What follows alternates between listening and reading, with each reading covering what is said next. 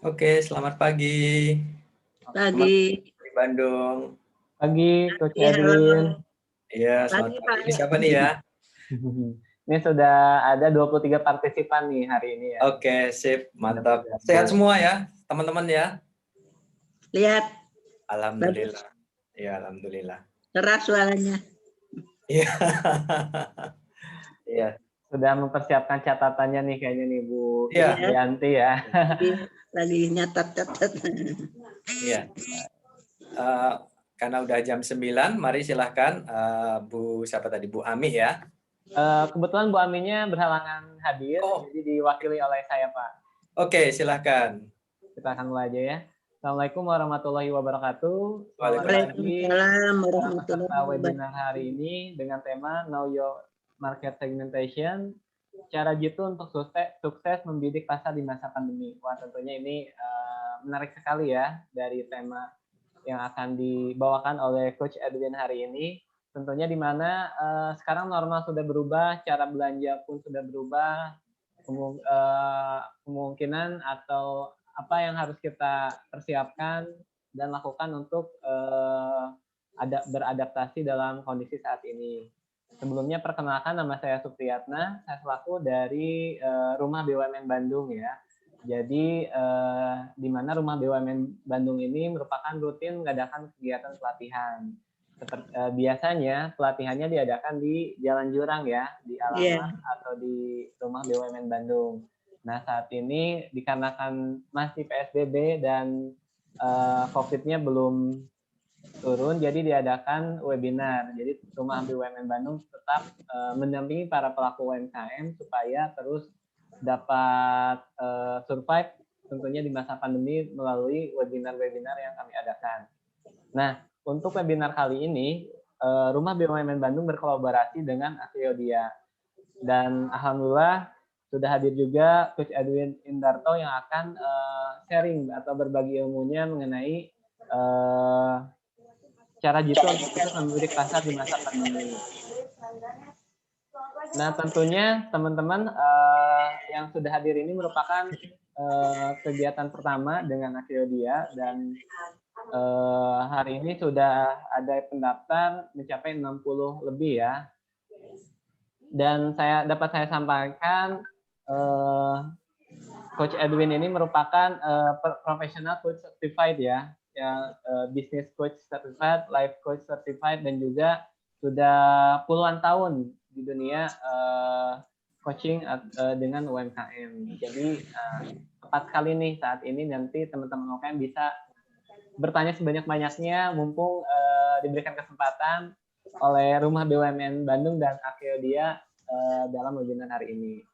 Dan sebelum masuk ke webinar, saya ingin informasikan juga buat teman-teman UMKM, silakan cari tempat yang senyaman-nyamannya, dipersiapkan juga mungkin headsetnya agar suara narasumber terdengar dengan jelas, dan juga catatan dan juga mungkin kopinya nih. Jadi enaknya webinar ini bisa sambil ngeteh, ngopi, ngemil ya. Yang penting apa yang disampaikan oleh narasumber bisa dicerna dan diaplikasikan untuk usahanya nanti. Baik, mungkin sekian pembukaan dari saya. Untuk selanjutnya, Coach Edwin, apakah sudah siap? Oke, insya Allah sudah siap Pak Supriyatna. Siap ya, saat ini sudah bergabung 27 partisipan dan akan terus bertambah nih. Oke. Baik, untuk waktu dan tempat, saya persilakan untuk memaparkan materinya. Terima kasih. Oke, terima kasih Pak Supriyana yang sudah berkenan untuk membuka acara ini. Jadi teman-teman, jadi kurang lebih sekitar 2 jam ke depan ya kita akan belajar. Selamat pagi teman-teman semuanya dari Bandung. Kemudian semoga rahmat dan berkah Allah senantiasa bersama kita semuanya ya, sehat walafiat. Meskipun banyak pembatasan, itu adalah sebuah peluang yang luar biasa ketika kita bisa memanfaatkannya ya. Nah, pada kesempatan ini alhamdulillah ada 29 partisipan yang saya lihat di monitor saya. Kita akan belajar tentang market segmentation. Jadi ada beberapa klien kami yang dia justru pandemik ini justru bertumbuh luar biasa. Jadi Ada yang cepat, karena ini pandemi udah hampir 1 tahun ya. Ada yang cepat, ada yang agak lambat. Nah, yang kurang perhatian nih yang lambat-lambat ini. Nah, ini yang harus kita selesaikan sama-sama. Ya, kita langsung aja. Thanks for your time. Terima kasih untuk waktunya, Bapak Ibu. Kami diberi kesempatan untuk berbagi, ya, karena mulai Februari ini kami hanya berbagi sebulan hanya 2 kali, teman-teman, ya. Jadi ini untuk free, jadi kita bisa belajar bersama-sama.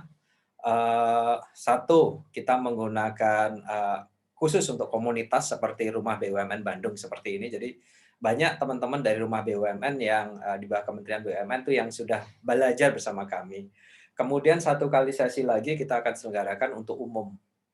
Ya, jadi nanti kalau kasihan teman-teman kalau belum bergabung di komunitas. Nah, harapan saya Pak Supriyatna, itu teman-teman yang belum bergabung di komunitas pada saat saya bicara umum, itu saya minta mereka untuk bergabung di komunitas terdekat.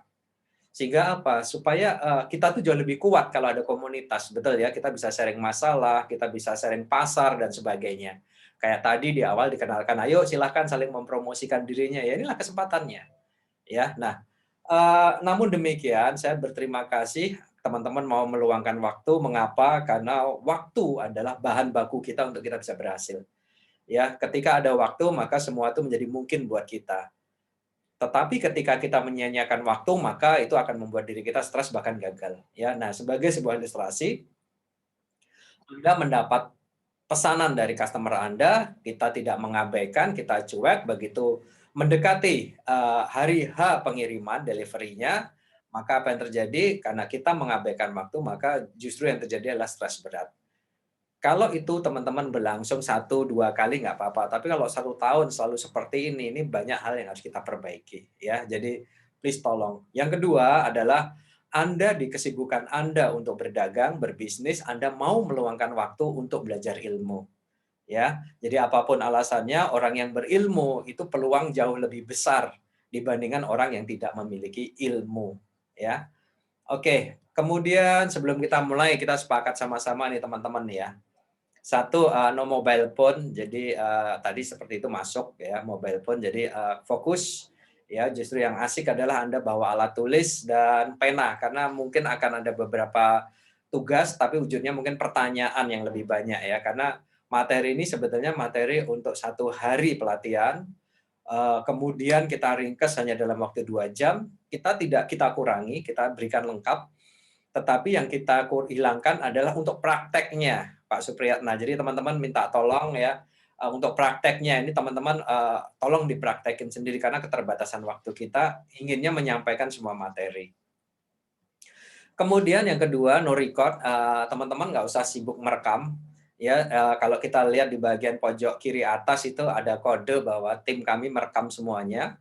Kemudian hasil rekaman itu biasanya kita upload di sosial media.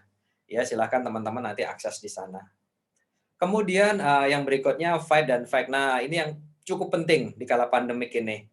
Ya, banyak teman-teman yang mereka memiliki strategi, memiliki taktik, tetapi yang jadi masalah adalah kalau kita bicara profesional, mereka tidak pernah mengukur strategi dan taktik mereka. Ya, orang yang punya bisnis yang sukses itu orang yang punya strategi, tetapi mereka juga punya ukuran. Sementara orang-orang yang menghancurkan bisnisnya adalah mencoba-coba strategi untuk memenuhi kebutuhannya, ya. Jadi di sini banyak teknik.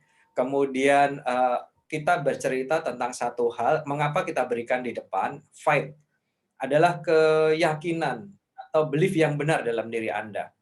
Ya, jadi nanti kita lihat mengapa kita bicara belief, ya. Ketika belief ini benar, teman-teman, ini sebagai sebuah strategi, maka itu memiliki sebuah kekuatan. Ya, kekuatan. Nah, inilah yang terjadi mengapa beberapa klien kami justru di awal-awal pandemi ketika mereka sadar dan ketika mereka mau belajar, akhirnya kita beritahu hati-hati. Hati-hati ya, ini stuck nggak akan dalam waktu singkat karena udah sedunia. Jadi kalau dunia ini dia baik, di bagian sisi dia baik, muncul di bagian yang lain. Masalahnya hanya masalah kedisiplinan aja. Ya, di sini bagus, di sana nggak bagus, nanti menyebar dari sana saja, dari tempat yang baru. Sehingga kita bilang pastikan Anda punya belief system yang jauh lebih bagus. Kemudian yang berikutnya fun, bersenang-senang. Jadi metode kami ini kalau belajar bersenang-senang ya, nggak pakai nangis. Memang ada yang khusus untuk nangis ada ya, tapi kita mau bersenang-senang. Kenapa? Karena secara kehidupan kita bertumbuh, kemudian secara bisnis, insya Allah kita juga bertumbuh teman-teman semuanya. Ya. Nah kemudian pakai otak kiri, pakai otak kanan. Ya, jadi kalau bisnis ini dua otak ini harus berjalan teman-teman. Ya, dan bahkan otak kanan yang fungsi intuisi, imajinasi ini dibutuhkan. Ya, ketika Anda hadapi masalah, penyelesaian masalah itu adanya di otak kanan. Kalau di otak kiri ini logik, sesuatu yang Anda urutkan. Oh, ini ada saya sapa dulu nih ya, Bu Ani. Oh, ikut di BUMN Bandung juga ya, Bu. Jabar juga, Bandung juga ya, Bu. Oke, ini aktif nih beliau nih ya. Kemudian yang berikutnya adalah be responsible for your action. Bertanggung jawab penuh terhadap apapun perilaku kita. Jadi teman-teman, ada satu hal yang harus kami sampaikan di sini. Ya, nanti kita cerita kenapa sih Coach Edwin kalau memberikan materi kok selalu tentang kehidupan, selalu tentang bisnis. Ya, ada satu hal teman-teman yang kita tidak bisa lepas adalah bahwa bisnis itu hanya bagian dari kehidupan Anda. Ya, jangan pernah pisahkan dengan antara bisnis dengan kehidupan Anda, nggak bisa. Kalau Anda mau pisahkan antara bisnis Anda dengan keluarga Anda harus, apalagi laporan keuangan. Tetapi bisnis adalah bagian atau part dari kehidupan Anda. Ya, kita punya waktu 24 jam teman-teman semuanya. Ya, kalau kita bilang sepertiga Anda tidur, sepertiga waktu untuk keluarga, sepertiga Anda untuk bisnis. Jadi dia bagian dari kehidupan Anda. Nah, kalau Anda mau melihat bagaimana kehidupan Anda itu bisa tercermin dari apa yang sudah Anda capai hari ini, baik itu dalam kehidupan Anda maupun di dalam bisnis Anda. Kalau Anda belum puas dengan apa yang Anda capai, baik dalam kehidupan dan bisnis, maka ketahuilah bahwa itu murni 100% karena diri Anda. Nanti kita akan jelasin sama-sama, teman-teman. Ya, kita akan jelasin sama-sama. Tuh, sehingga kalau kita nanti ngelihat jauh lebih nyaman karena kita sendiri yang menjadi penguasa tunggalnya untuk kita bisa mengubah setelah Tuhan ya pastinya ya. Nah, ini saya sebagaimana yang dijelasin tadi Pak Supriyatna, jadi nama saya Edwin Indarto. Ya, kemudian salah seorang guru saya diberi tambahan Abi Taufiq Rohmi. Tadi dijelasin bisnis saya seorang dosen di Universitas Gadjah Mada Yogyakarta dan bisnis utama saya adalah di bisnis ekspor furniture. Nah, kemudian kami di dalam bisnis ekspor furniture ini kami mendidik masyarakat yang memiliki kemampuan berbahasa Inggris untuk bergabung bersama kami. Kami didik menjadi dengan sistem freelance marketing. Kami ajari mereka tentang marketing, kami ajari mereka tentang teknik selling, kami ajari mereka tentang teknik communication, kami ajari mereka tentang standar perdagangan internasional. Mengapa seperti itu? Kalau saya hanya memberikan teori, ini sangat tidak mudah, sehingga harapan kami, teman-teman yang memiliki kemampuan bahasa Inggris, ingin belajar marketing dan sebagainya, dia bergabung di freelance marketing. Coach, mereka dapat sesuatu nggak? Dapat. Ya, mereka benar-benar dapat ilmunya, mereka benar-benar praktek, dan mereka benar-benar mendapatkan uang. Bayar nggak, Coach? Sekali lagi tidak. Mengapa seperti itu, teman-teman? Kita mulai harus berpikir, kalau Anda membeli suatu produk tertentu di marketplace, sebut saja, terkadang ada waktu pengiriman Anda terima itu jedanya cukup lama. Mengapa jeda itu cukup lama? Karena barang itu didatangkan dari luar negeri. Artinya apa? Teman-teman UKM, UMKM benar-benar harus siap bahwa suatu ketika mereka akan membutuhkan barang dari kita. Mereka yang ada di luar Indonesia membutuhkan barang dari Indonesia. Nah, bagaimana kita mulai berpikir tentang penjualan internasional. Nah, disitulah kita belajar. Teman-teman kalau ingin bergabung di sana, nanti silakan hubungi admin ya, silakan hubungi admin. Syarat utama kita tidak melihat pendidikan, kita tidak melihat gender, kita tidak melihat agama. Yang kita lihat adalah Anda punya kemampuan bahasa Inggris.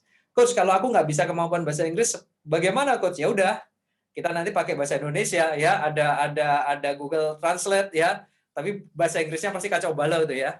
Kemudian nanti dicek pakai Grammarly. Nah, mengapa seperti itu? Mengapa seperti itu? Karena semua certified yang kita ambil. Jadi kita belajar tentang bagaimana membangun bisnis, menjalani bisnis, dan mewariskan bisnis. Oleh sebab itu, Business Coach Certified ini kita ajarkan pada saat kelas freelance untuk bisnis ekspor. Jadi untuk perdagangan internasional. Itu kita ajarin. Ada ikatan, Coach? Enggak. Ketika Anda benar-benar ingin ekspor sendiri, Anda ingin merasa sudah cukup, ingin ekspor sendiri, silahkan. Tetapi pada saat pelatihan, kami ukur, kami nilai bahwa setiap minggu Anda harus bertumbuh. Ketika Anda nggak bertumbuh, maka kita lepas Anda dari grup. Kami membutuhkan orang-orang yang benar-benar komitmen untuk membangun bangsa dan negara, meskipun itu lewat dirinya. Ya. Kemudian yang berikutnya, Life Coach Certified, ini ngajarin orang tentang bagaimana dia berkehidupan. Coach, apakah ketika nanti bergabung diajari juga tentang life? Insya Allah iya. Ya, kemudian Well Money Coach Certified, ini kita juga belajar tentang bagaimana kekerabatan Anda dengan uang. Grapologi Certified, ini kita mau melihat tulisan tangan Anda, gambar Anda, benda-benda yang di sekitar Anda, karena ini menggambarkan diri Anda. Ya, kemudian nanti ada NLP Coach Certified, Neuro Linguistic Program kalau teman-teman belajar. Ada hipnoterapi certified, ini masuk pikiran bawah sadar, ini yang asik ya teman-teman ya. Mengubah orang yang punya pola pikir, kenapa sih saya kalau jualan takut? Ya, kadang kan ada orang yang kalau dia mau jualan, aduh kayaknya aku takut ya, bisa nggak ya closing ya, bisa nggak ya terjadi transaksi ya. Nah, ini harus diselesaikan nih. Harus diselesaikan ini. Tidak ada orang yang tidak bisa. Ya, kalau Anda nggak bisa, mungkin kita udah nggak hidup ya. Salah satu contohnya adalah ketika Anda bayi, Anda menangis, adalah sebuah cara Anda berkomunikasi, menjual diri Anda, memberikan informasi bahwa Anda sedang membutuhkan mungkin popok bayi nangis, popok bayinya basah, ya, kemudian mungkin Anda lapar, ya, atau mungkin Anda merasa nggak nyaman. Nah, disitulah Anda sedang berjualan sebetulnya. Jadi tanpa kita sadari setiap saat kita berjualan. Nah, tetapi ada banyak hal yang mempengaruhi seseorang, baik itu tim sales maupun business owner-nya. Kenapa dia tidak bisa jualan? Seperti itu. Sehingga ini harus kita benerin sama-sama teman-teman. Kemudian ada juga timeline therapy certified. Ini biasanya nanti kita gabungkan ya dengan hypnoselling, kita gabungkan. Kalau non-verbal terapi ini jarang, ini saya gunakan ketika benar-benar klien ini sudah tidak lagi bisa bicara apa masalahnya. Ya, tapi dia tahu apa yang saya butuhkan, tapi dia nggak ngerti apa masalahnya. Itu biasanya kita menggunakan non-verbal terapi. Nah, kalau Six Sigma, ini teman-teman, ini untuk membuat perusahaan yang lean, mampu berkompetisi. Ya, ramping, menghilangkan semua pemborosan di perusahaan kita. Nah, itu saya. Ini klien-klien kami, teman-teman. Ya, jadi kalau Anda lihat, jadi ada Bank Indonesia di sana, ya ada bank swasta, bank nasional, ada bank swasta nasional, tapi juga ada perbankan mikro ya, BPR ini. Ya ini kalau Mangking Indonesia ini mestinya di Bandung ada ya, Mangking ya. Oke teman-teman, kita luruskan niat kita dulu ya dalam belajar karena semua tergantung dari niat kita. Bismillahirrahmanirrahim. Kupersembahkan karya ini untuk Allah Subhanahu Wa Taala. Tuhan yang Maha Esa, Tuhan yang Maha Pencipta, Tuhan yang Maha Pemelihara dan pastinya untuk bangsa dan negara Indonesia. Oke, jadi teman-teman, apapun yang Anda lakukan, pastikan itu Anda lakukan untuk Tuhan Anda. Jadi apakah Anda sebagai rahmatan lil alamin atau sebagai sumber berkat bagi makhluk Tuhan yang lainnya. Dan karena kita hidup di bangsa dan di negara Indonesia, maka pastinya semua kita lakukan untuk bangsa dan negara juga. Ya, oke. Nah, kita mulai masuk nih teman-teman ke materi ya.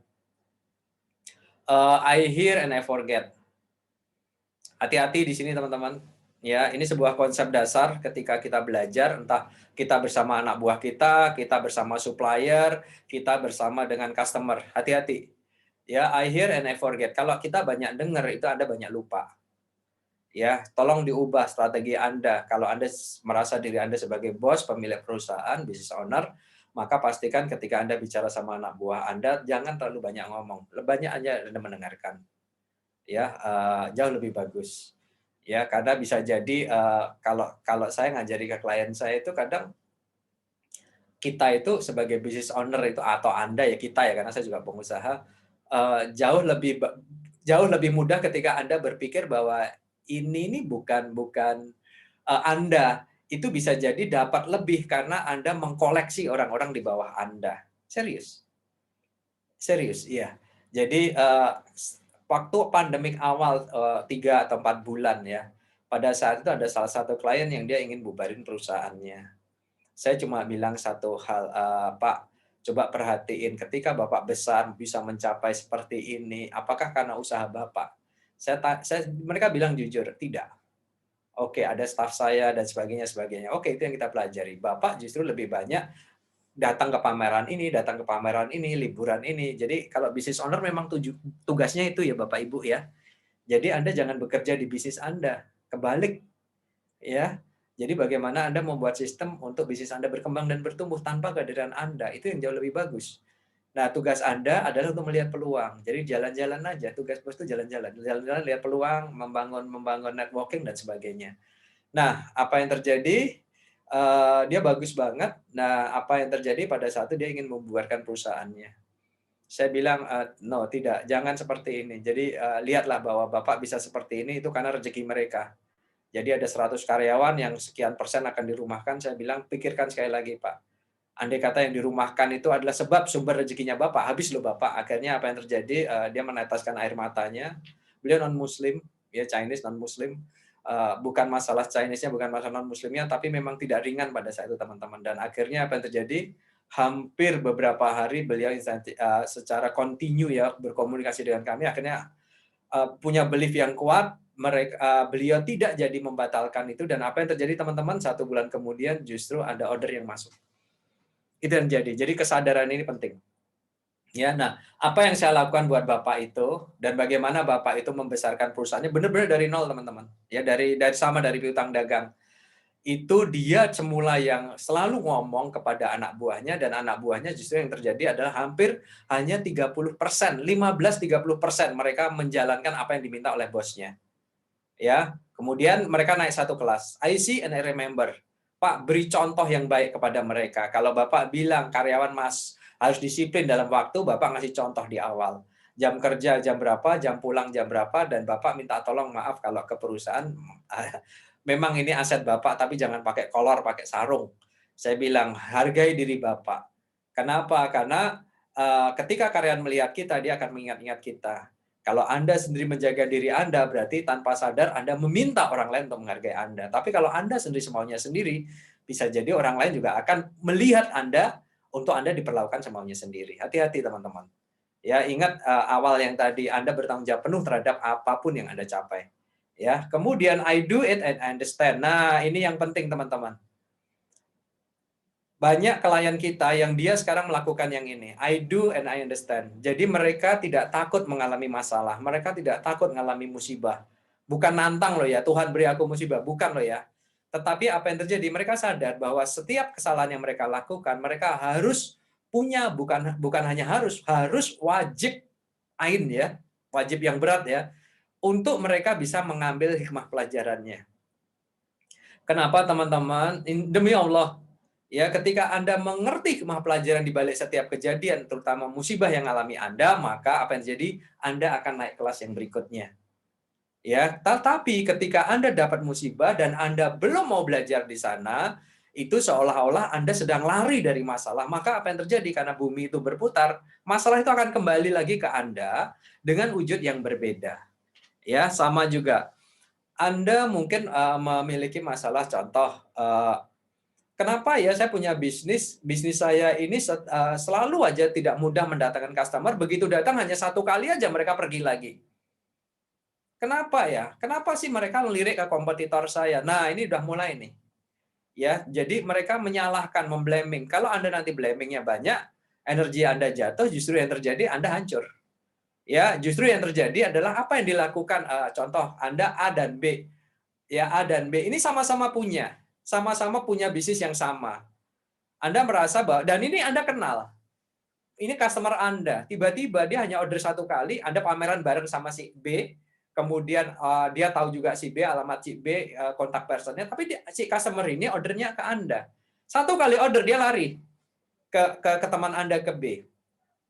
Kemudian apa yang terjadi? Kadang yang jujur ya, kebanyakan kita termasuk diri saya juga masih belajar teman-teman, sakit hati, kemudian menyalahkan tim ya, menyalahkan operasional, kemudian menyalahkan kompetitor kita B. Nah, ini teman-teman justru yang jadi kita habis. Tetapi apa yang terjadi ketika saat kita mau belajar? Oke, apa yang sudah kita lakukan? Kenapa dia lari? Nah, kalau Anda mau jujur, kita lihat yang di B, apa yang dilakukan B yang Anda belum lakukan. Nah, ketika Anda belajar dari kegagalan Anda, maka semuanya akan luar biasa.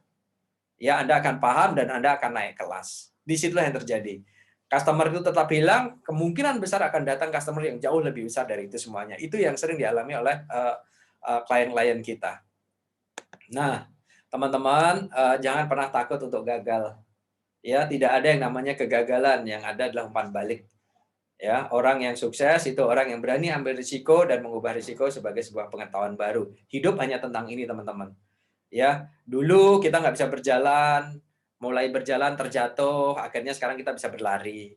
Dulu kita nggak bisa naik sepeda, terjatuh-jatuh, akhirnya kita belajar bagaimana menjaga keseimbangan, akhirnya Anda bisa. Ya, dulu kita nggak paham tentang bagaimana mengendarai kendaraan roda 4, akhirnya Anda bisa. Ya, itu yang terjadi dalam hidup kita. Nah, kalau kita lihat 1 tahun yang lalu, apa Anda tahu bagaimana menggunakan Zoom, bagaimana menggunakan webinar? Nggak tahu kan? Dipaksa. Ya, kita dipaksa. Dalam keadaan seperti ini, saya harus belajar waktu luang, akhirnya apa yang terjadi? Karena bisa jadi Tuhan mungkin berkata seperti ini ya. Ini orang hamba-hambaku ini kok sibuk ngurusi bisnisnya, pada nggak mau belajar nih. Ya dibuatlah pandemik yang akhirnya Anda dibatasi keluar, akhirnya mau nggak mau Anda punya waktu luang dan Anda belajar. Nah, teman-teman sekali lagi ya, kewajiban kita untuk menuntut ilmu di sini.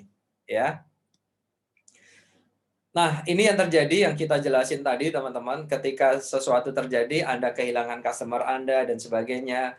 Kemudian ada seseorang sales yang dia sakit hati dengan customernya, ya dilaporin ke bosnya, kemudian dia mendapatkan SP ya, SP2 hampir SP3, pada SP1 udah keluar, SP2 udah keluar, tinggal SP3 aja. Nah, akhirnya si bos ini ingat bahwa ada fasilitas dari Coach Edwin untuk tim bertemu langsung dengan coachnya ketika benar-benar itu klien private ya, jadi one on one. Nah, pada saat kita ketemu, saya tanya sama bosnya, saya tanya apa masalah orang ini. Ini ada customer besar kami yang ditangani oleh Pak A sebut saja, tetapi yang jadi masalah ini si customer ini mengatakan bahwa saya nggak mau lagi dengan Pak A. Dan dia orangnya nggak bagus, ngingkari janji, dan saya tahu produk kamu bagus, tapi saya nggak mau ini. Nah, karyawan si Bapak A ini kebetulan adalah karyawan yang sudah cukup lama di situ. Ya, cukup lama, sehingga mau ngeluarin juga nggak enak dan sebagainya. Akhirnya dia minta bantuan kami, Coach boleh nggak kalau dia 2-3 kali bertemu dengan Coach Edwin di luar sesi coaching. Saya bilang kalau sesi coaching kan 1 bulan 2-3 kali, dia boleh kok ketemu dengan kita by phone dan sebagainya, silahkan. Nah, apa yang terjadi? Saya tanya sama beliau,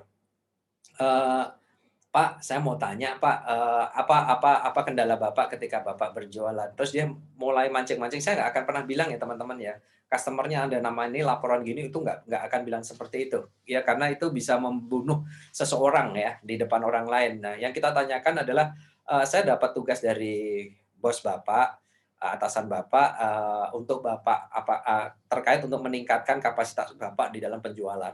Dia bilang, oke, saya bagus-bagus saja kok. Oke, selama ini boleh nggak cerita ke saya, ada nggak customer yang komplain dan sebagainya? Ternyata dia bilang, nggak, semuanya bagus gini aja. Terus saya tanya satu hal, berapa kali customer Anda pergi dari Anda? Artinya Anda sudah berjuang, dia jadi customer Anda, tiba-tiba dia pergi aja. Kalau itu sering sih Coach, dia bilang seperti itu. Nah, oke, boleh tahu nggak apa yang jadi permasalahan? Dia nggak bisa menemukan jawabannya, teman-teman. Nah, ini hati-hati. Kenapa si sales ini tidak bisa menemukan jawabannya? Karena dia bagian dari masalah itu sendiri. Dia adalah part of the problem, sehingga dibutuhkan orang luar yang bisa melihat dari helikopter view, dia melihat dari atas. Ya, pemain sepak bola itu nggak bisa ngatur strategi, teman-teman. Yang bisa ngatur strategi adalah pelatihnya. Kenapa? Karena dia nggak ikut bermain. Dia lihat dari luar. Sama, akhirnya apa yang terjadi, saya coba tanya, Pak, boleh nggak saya tanya satu hal aja. Butuh berapa waktu ketika Bapak sedang ngobrol sama calon customer atau customer? Dia bilang rata-rata 30 menit. Wih, bagus banget, saya bilang. Harus dikasih support ya teman-teman kalau mau kritik orang ya. Namanya sandwich feedback ya. Bagus banget, 30 menit sudah bisa closing. Terus boleh saya tahu lagi ketika Bapak 30 menit itu siapa yang lebih dominasi berbicara? Dia bilang, saya biasanya 80-70-80% si prospek, nanti 20% 30%. Customer Bapak juga sama seperti itu ya. Saya lebih banyak mengobrol, saya lebih banyak mendominasi pembicaraan. Saya tanya, oke, coba jelasin ke saya. Saya jadi prospek Anda dan Anda jualan ke saya. Teman-teman hati-hati ya, karena pada saat pandemik ini banyak sekali peluang untuk orang bisa memilih tidak hanya Anda, tetapi produk yang sejenis dengan punya Anda atau kompetitor Anda. Ya, dan apa yang terjadi di sini, teman-teman, si Bapak A ini dia mencoba berjualan kepada saya. Saya berusaha untuk masuk segmennya dia. Saya nggak butuh barang dia, tapi saya berusaha untuk masuk ke dalam segmennya dia. Begitu sudah ngobrol, 10 menit ngobrol tentang jualannya dia, dan saya benar-benar sangat tidak nyaman, tetapi as a coach saya mencatat benang merahnya. Jadi saya tanya, oke, ini yang biasanya Bapak ceritakan kepada prospek Bapak atau customer Bapak, dia bilang iya. Oke, ada 3-4 poin besar yang itu bagi saya prospek Anda, saya bilang itu sebagai sebuah janji Bapak. Dia nggak sadar bahwa itu janji, teman-teman. Dia nggak sadar bahwa itu janji. Akhirnya saya bilang satu, Pak, Bapak mengatakan bahwa packaging-nya nanti bla bla bla bla bla. 2, Bapak mengatakan bahwa nanti delivery time-nya bla bla bla bla. Bapak mengatakan bahwa ketika saya nggak puas, maka saya bisa mengembalikan barang itu dan akan ada 100% garansi back. Begitu saya menyatakan seperti itu, dia mulai terdiam. Kenapa Coach Edwin menanyakan itu? Ya, karena ini kan bukan saya. Ya, ini dari Bapak. Saya hanya mendengarkan aja. Sehingga tanpa sadar saya punya ekspektasi seperti ini. Apakah Bapak saya tanya, selalu bisa memberikan 3 ini? Akhirnya dia bilang, Coach, yang ketiga enggak. Nah, yang ketiga enggak kan? Yang 100 garansi back. Ternyata enggak. Nah, apa yang terjadi ketika saya berharap Bapak memberikan itu dan Bapak enggak memberikan itu? Saya enggak percaya lagi sama Bapak. Nah, teman-teman, akhirnya dia belajar. Terus apa Coach yang harus aku lakukan? Saya bilang, dibalik Pak. Ya, Anda yang 25%, mereka yang 75%. Terus caranya gimana? Ya, caranya gimana? Ya, sekarang saya bantu untuk saya jualan. Saya balik, saya yang jualan. Kemudian saya tunjukin ke dia. Tapi saya nggak jualan produk dia karena saya nggak menguasai. Saya jualan satu produk properti. Maka akhirnya dia bisa menyimpulkan bahwa, oh gini ya Coach ya. Iya, kalau gitu kan aku lebih gampang. Nah, apa yang terjadi? 1-2 bulan kemudian, bosnya bilang sama saya, Coach thank you ya, orang ini berubah luar biasa. Nah, ini yang terjadi teman-teman ya. Sehingga apa yang terjadi? Saat itu dia marah dengan kliennya, dia marah dengan customernya, tetapi ketika dia tahu alasannya, dan dia tahu tujuannya, akhirnya dia bersyukur. Dia melihat bahwa pada saat itulah Tuhan sedang ngajarin dia. Nih, ya, dia sadar nih sekarang. Ya, dia merasa gagal dan ternyata itu adalah umpan balik untuk dirinya bertumbuh ketika dia tahu ilmunya, teman-teman. Apa itu ilmunya ketika dia tahu alasannya? Oh, ternyata itu ya Coach ya alasannya ya. Saya kalau banyak ngomong sama orang lain berarti itu dianggap sebagai sebuah ekspektasi. Bisa jadi iya. Ya, oke, kemudian dia tahu tujuannya. Nah, akhirnya apa yang terjadi? Dia sadar bahwa, oh itu cara Tuhan ya Coach ya. Ya, nah ini yang terjadi teman-teman.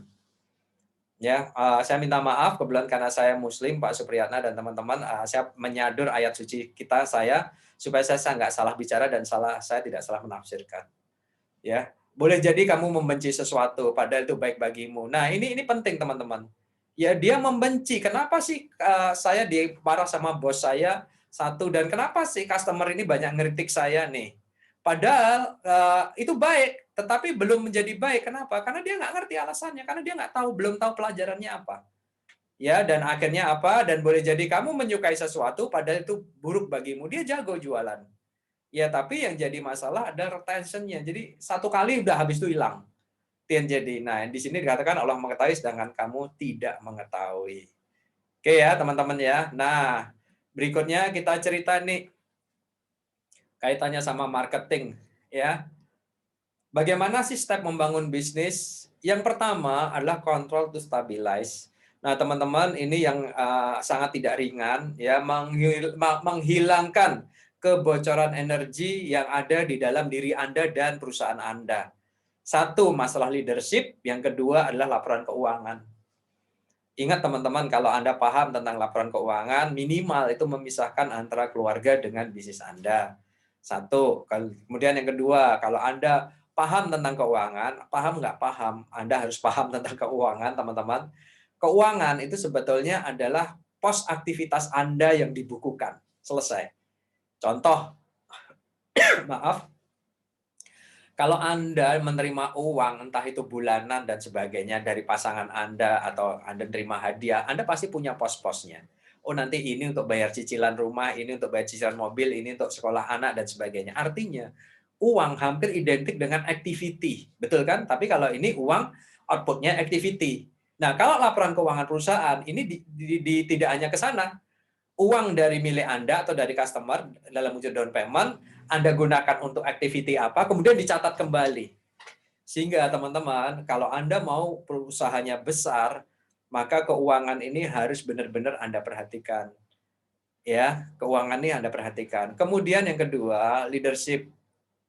Ya, ingat sekali lagi, you see, you remember. Kalau Anda melihat, maka mereka akan mengingatnya. Anda mengingatnya, hati-hati. Contohnya seperti apa, teman-teman? Contoh ya, Anda sedang ambil air wudhu, katakanlah. Anda sedang ambil air wudhu. Anda. Kemudian di sebelah Anda ada lawan jenis Anda yang juga sedang ambil air wudhu. Maaf, ternyata parasnya sangat cakep ya atau sangat cantik. Pertanyaan saya, ketika Anda sedang masuk untuk beribadah, pertanyaan saya adalah gambar wajah itu yang ganteng atau cakep, cantik tadi itu kan akan keluar di dalam pikiran Anda, betul ya? Nah, itu yang jadi kita nggak bisa pungkiri itu, teman-teman. Sehingga hati-hati sekali dengan leadership Anda harus memberikan contoh yang bagus. Ya, Anda harus memberikan contoh yang bagus ke tim Anda. Yang sering terjadi adalah terjadinya kebocoran di sini. Anda tidak memberikan contoh sebagai seorang leader, Anda tidak tertib dalam laporan keuangan, sehingga terjadi kebocoran. Apa yang terjadi berikutnya? Ketika Anda naikkan marketing Anda, cara Anda jualan Anda perbaiki, sales Anda genjot luar biasa. Beda ya teman-teman ya, marketing mengenalkan produk hasilnya traffic. Ya, kalau sales mengubah orang yang sudah kenal hasilnya rupiah. Ya, revenue. Nah, apa yang terjadi? Adakah Anda, saya minta maaf saya nggak bisa baca chat ya. Chatting teman-teman saya nggak bisa baca karena ada chat yang masuk saya nggak bisa baca. Kalau itu wujudnya pertanyaan nanti kita kumpulin di akhir sesi baru kita bahas ya. Saya minta maaf. Nah, apa yang terjadi teman-teman? Satu hal ya, ketika Anda punya customer banyak, kalau di sini nggak Anda perbaiki, yang justru terjadi customer Anda besar, harapannya omset Anda besar, justru yang terjadi Anda kehilangan profit. Betul nggak? Komplain di sana, komplain di sini, waktu kirim jadi terlambat, stres iya. Nah, ini yang terjadi. Maka benarkan dulu nih teman-teman. Ya. Nah, kalau ini sudah benar, ya relatif benar, teman-teman mengikuti kaidah, baru Anda genjot tentang customer dan cash flow. Yaitu marketing engine-nya, ya bagaimana Anda mengenalkan produk atau jasa Anda ke pasar, yang ini nanti akan kita pelajari, dan Anda meningkatkan kemampuan sales engine Anda. Jadi bagaimana konversinya nanti bisa tinggi. Ya, sehingga apa yang terjadi? Customer-nya datang dan itu benar-benar menghasilkan uang cash. Kalau enggak, kalau yang merah ini belum Anda perhatiin teman-teman, kontrol stabilize-nya belum, apa yang jadi? Customer Anda banyak, tetapi cash flow Anda dipertanyakan. Ya, Anda punya uang cash enggak? Jangan-jangan justru wujudnya piutang dagang dan hutang dagang. Habis loh kita. Ya, hati-hati di situ. Nah, berikutnya, konsistensi. Artinya apa? Itu bisa di copy paste. Ya, sehingga apa yang dilakukan di konsistensi itu bangun sistem. Jadi teman-teman kalau mau bangun bisnis jangan terburu-buru membangun sistem. Ya pastikan sistem itu tidak statis tapi dia bersifat dinamis, selalu bertumbuh. Ya, kemudian pastikan yang disistemasi adalah sesuatu yang benar-benar bisa menghasilkan pertumbuhan di perusahaan Anda. Ya, artinya jangan terburu-buru dulu. Ya. Nah, kemudian ketika bisa bangun sistem, baru cari orang untuk memegang, siapa yang mau pegang sistem itu. Nah, collaboration. Ya, jadi teman-teman, 4 ini adalah 4 pilar bisnis. Ya, keuangan, kemudian marketing dan selling, kemudian sistemasi dan HRD, SDM. Ini adalah 4 pilar bisnis. Nah, teman-teman, itulah sebabnya kenapa saya bisa menjadi konsultan atau menjadi seorang coach. Kalau tadi ngelihat ada perbankan, ada rumah sakit, ada lembaga pendidikan, ada herbal, ya, ada kuliner, kok bisa? Ya karena pada konsepnya 4 pilar ini sama teman-teman. Yang berbeda hanya komoditinya saja. Ya kalau komoditi Anda pasti jauh lebih jago, tetapi untuk membangun ini teman-teman itu rahasianya sama saja. Ya, nah kalau sudah seperti ini baru copy paste teman-teman.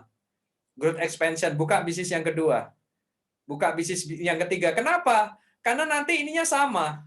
Ya, bagaimana ngatur energi, bagaimana ngatur keuangan, bagaimana leadership, marketing tekniknya sama, selling sama, bisnis sistem cara buatnya sama, timnya caranya menempatkan orangnya sama, yang berbeda komoditinya saja.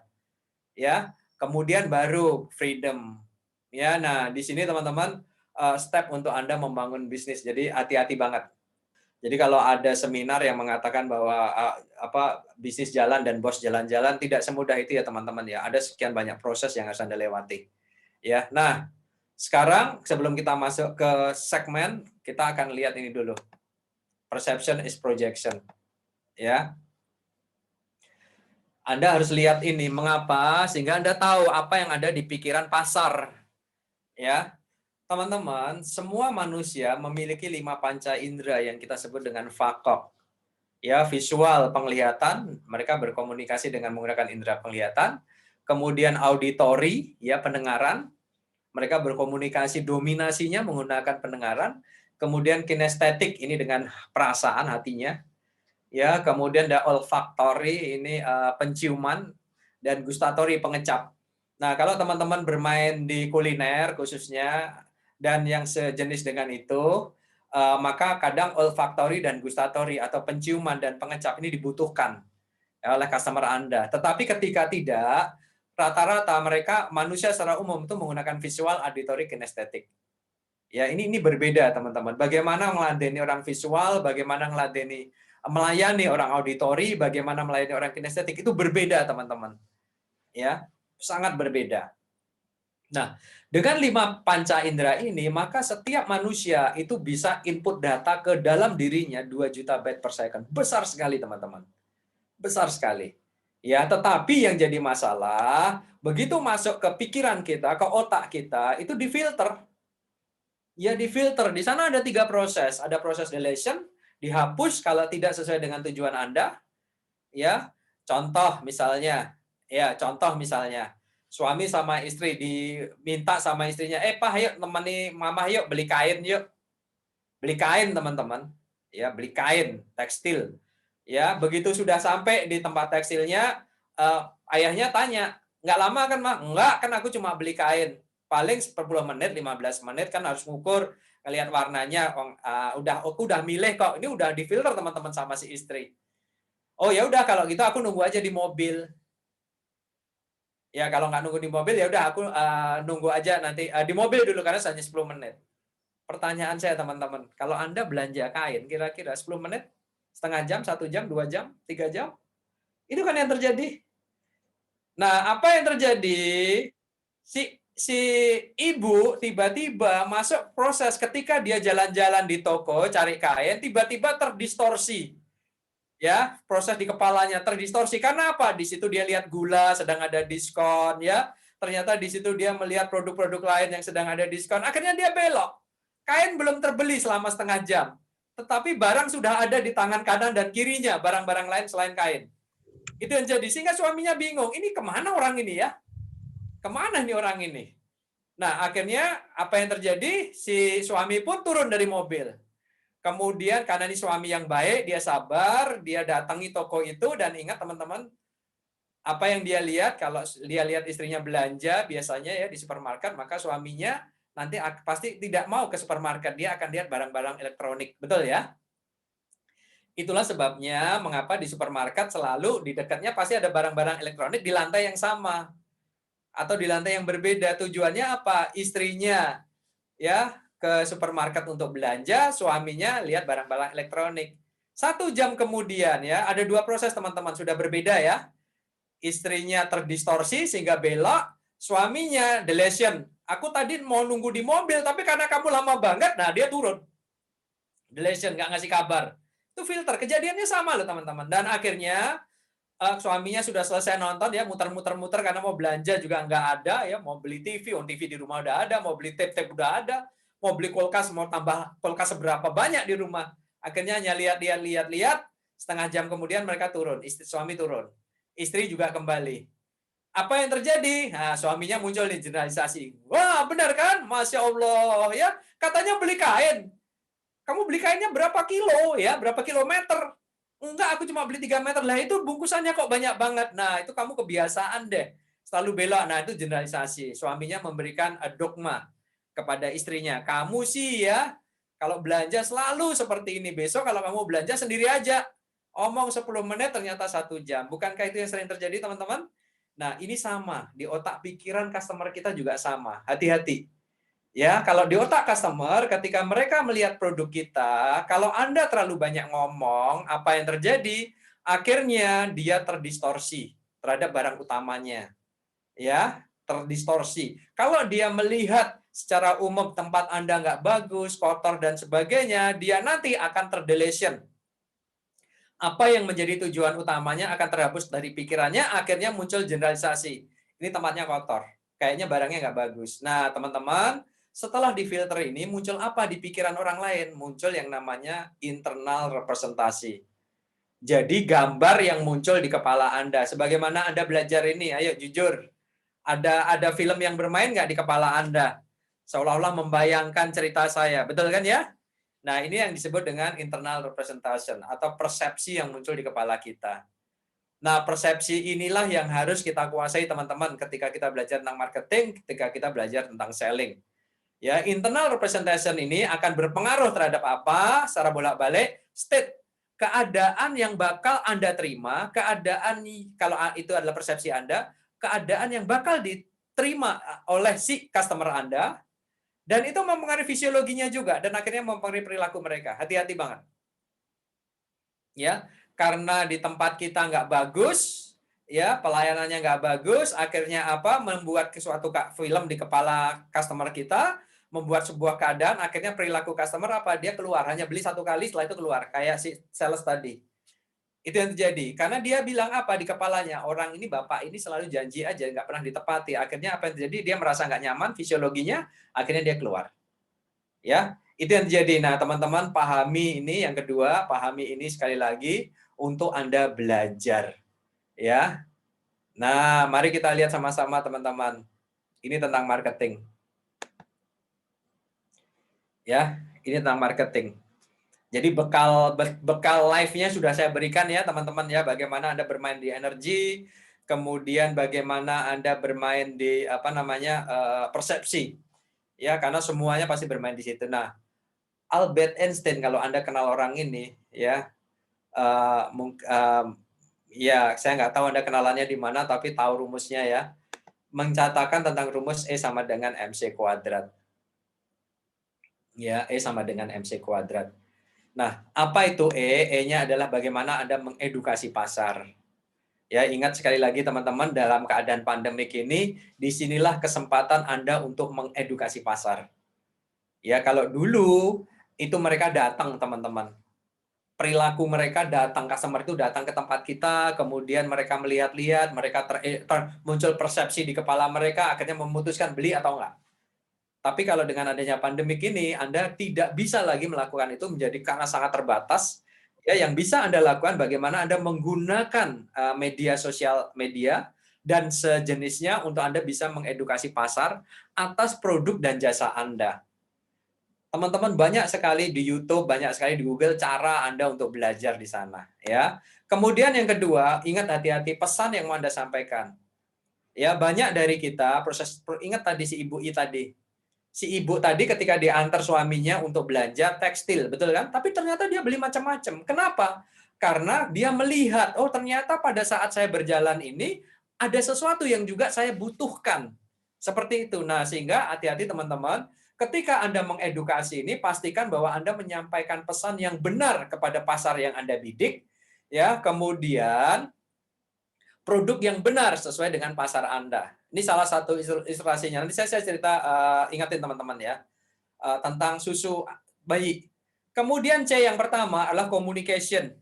Bagaimana cara Anda mengkomunikasikan dengan mereka? Ya, 1. Kemudian alat komunikasinya harus Anda perhatikan. 2. Ya, jadi cara Anda berkomunikasi dan alat komunikasinya. Nah, yang EMC ini saya jelasin teman-teman. Teman-teman, ada satu hal yang sangat ekstrim dan itu bisa menggelitik pikiran kita. Saya butuh film bermain di kepala Anda. Namanya susu bayi. Ya, mari kita lihatkan bagaimana susu bayi. Pertanyaan saya tolong dijawab teman-teman, ya. Yang menikmati atau yang mengkonsumsi susu bayi siapa? Bayinya. Betul kan ya? Iya. Pertanyaan saya beri ilustrasi yang paling gampang dulu deh, teman-teman. Kalau Anda beli motor atau Anda beli mobil, pertanyaan saya, yang menggunakan mobil adalah diri Anda. Yang ngeluarin uang adalah Anda. Yang berkomunikasi dengan sales adalah Anda. Anda yang punya uang, Anda yang beli, memutuskan beli, Anda yang menggunakan kendaraan itu. Betul kan ya? Tapi kalau susu bayi beda, teman-teman. Ya, kalau mobil tadi jelas bagaimana mengedukasinya, bagaimana pesannya, bagaimana mengkomunikasikannya jelas. Tapi kalau susu bayi ini luar biasa. Yang minum bayinya. Yang punya uang bukan bayinya, yang punya uang ayah dan bundanya. Betul ya? Iya. Kemudian yang membeli belum tentu ayah dan bundanya, bisa jadi babysitternya atau pengasuh bayinya, betul kan ya? Kemudian yang membujuk untuk beli tergantung Anda. Anda pergi ke posyandu berarti bisa bidan, bisa dokter. Ya kan? Nah, sehingga apa yang terjadi? Di sini banyak. Sekarang mari kita lihat pesan apa yang mau disampaikan. Kalau itu dokter, pasti berbeda ketika pesan itu disampaikan oleh seorang bidan. Betul kan ya? Cara komunikasinya kalau ke dokter, waktu Anda sebagai tim marketing, beda dengan cara berkomunikasi ke bidan. Betul kan teman-teman? Ya, message yang disampaikan berbeda. Ini harus Anda perhatikan. Ya, jadi susu bayi adalah sebuah cara untuk unik untuk melihat bagaimana marketing itu sesuatu yang unik dan benar-benar sesuatu yang harus diperhatikan betul. C yang terakhir adalah konsistensi. Ya, jangan putus asa 2-3 kali ya. Kemudian dia mau kok hasilnya, jangan dulu teman-teman ya. Anda menanam biji ya, jangan berharap biji ini satu hari besok sudah muncul tunas, tidak teman-teman. Ya, cari di YouTube deh. Saya sering nanam biji lombok, tomat di rumah, dan apa yang jadi itu butuh waktu 3-7 hari. Dia baru keluar tunasnya. Ya, jadi 3 hari itu belum kelihatan. Ya, jadi butuh waktu. Sehingga please tolong bersabar. Ya, tolong bersabar. Nah, hati-hati dengan biaya marketing Anda ya. $1 you give, $1 you invest give you $10. Artinya teman-teman, setiap kegiatan marketing itu adalah biaya. Dan tolong diukur berapa biaya Anda dan hasil yang Anda dapatkan. Ya, jangan sampai Anda melakukan kegiatan marketing, Anda nggak pernah mengukur bagaimana hasilnya, yang justru terjadi adalah pemborosan. Ya. Oke, nah prinsip everyone, everything in your business is marketing tool. Ini pegang. Ya, teman-teman, ini dipegang. Ya, apapun itu. Contoh, Anda mengundang orang datang ke tempat Anda. Kemudian yang Anda bidik adalah kelas atas. Anda harus lihat selera orang-orang kelas atas itu seperti apa. Atmosfernya seperti apa. Kalau mereka harus ada musik, musiknya seperti apa. Kalau Anda harus menyajikan air minumnya seperti apa. Kalau mereka harus ke toilet, toilet mereka seperti apa. Ini teman-teman hati-hati banget. Ya, karena apa? Satu pengalaman yang pernah dialami oleh klien kita adalah dia datang ke sebuah kuliner yang merupakan langganannya, akhirnya dia pergi lagi dan tidak pernah mau kembali. Kenapa? Gara-gara toiletnya. Nah, ini tolong perhatiin banget ya, karena apapun yang melekat dengan bisnis Anda itu bisa menjadi alat jual. Anda jualan, kebetulan Anda punya sosial media Anda berbeda antara diri pribadi dengan usaha Anda. Suatu ketika customer Anda mengintip pribadi Anda dan di situ dia merasa nggak nyaman, dia akan pergi. Itu hati-hati teman-teman ya. Nah, yuk kita masuk ke segmentasi. Teman-teman, kita harus sadar seperti ini. Kenapa sih saya kok belum mudah ya menemukan pasar ya coach ya? Satu, masyarakat di luar sana teman-teman dari ilustrasi gambar ini sangatlah heterogen. Betul ya, bermacam-macam warnanya. Nah, tugas kita di segmentasi ini adalah untuk mengelompokkan mereka berdasarkan warnanya.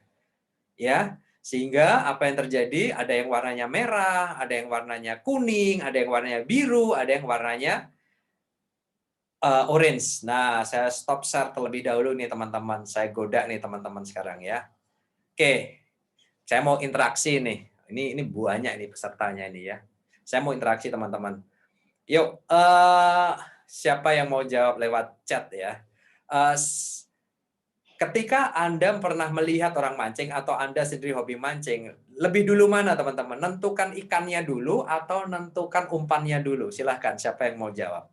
Silahkan by chat atau apa, silahkan. Ya, apa yang harus Anda lakukan? Nentukan ikannya dulu atau nentukan umpannya dulu? Karena saya nggak bisa lihat chat ya, di monitor saya jauh banget. Mungkin raise hand aja. Ayo teman-teman, ikannya dulu atau umpannya dulu nih yang harus kita tentukan nih. Oke, Bu Tursina, oke. Bu Nani, silahkan. Raise hand, silahkan, ada yang raise hand. Silahkan Bu. Ikan dulu atau apa Bu? Kenalin dulu Bu. Ibu dari mana? Bisnisnya apa Bu? Silahkan. Saya Bu Nani dari Sidoarjo, Jawa Timur. Oke. Bisnisnya itu kacang bawang. Oke. Kacang bawang, iya. Kacang bawang, iya, Ibu. Ibu, ikan dulu atau umpan dulu Bu? Nentukan tempatnya dulu, maksudnya saya mau mancing di mana dulu, terus umpannya. Umpannya ya, gitu ya Bu ya. Supaya Oke. bisa Bu, dapat kalau saya mau mancingnya kira-kira di supermarket, umpannya apa Bu?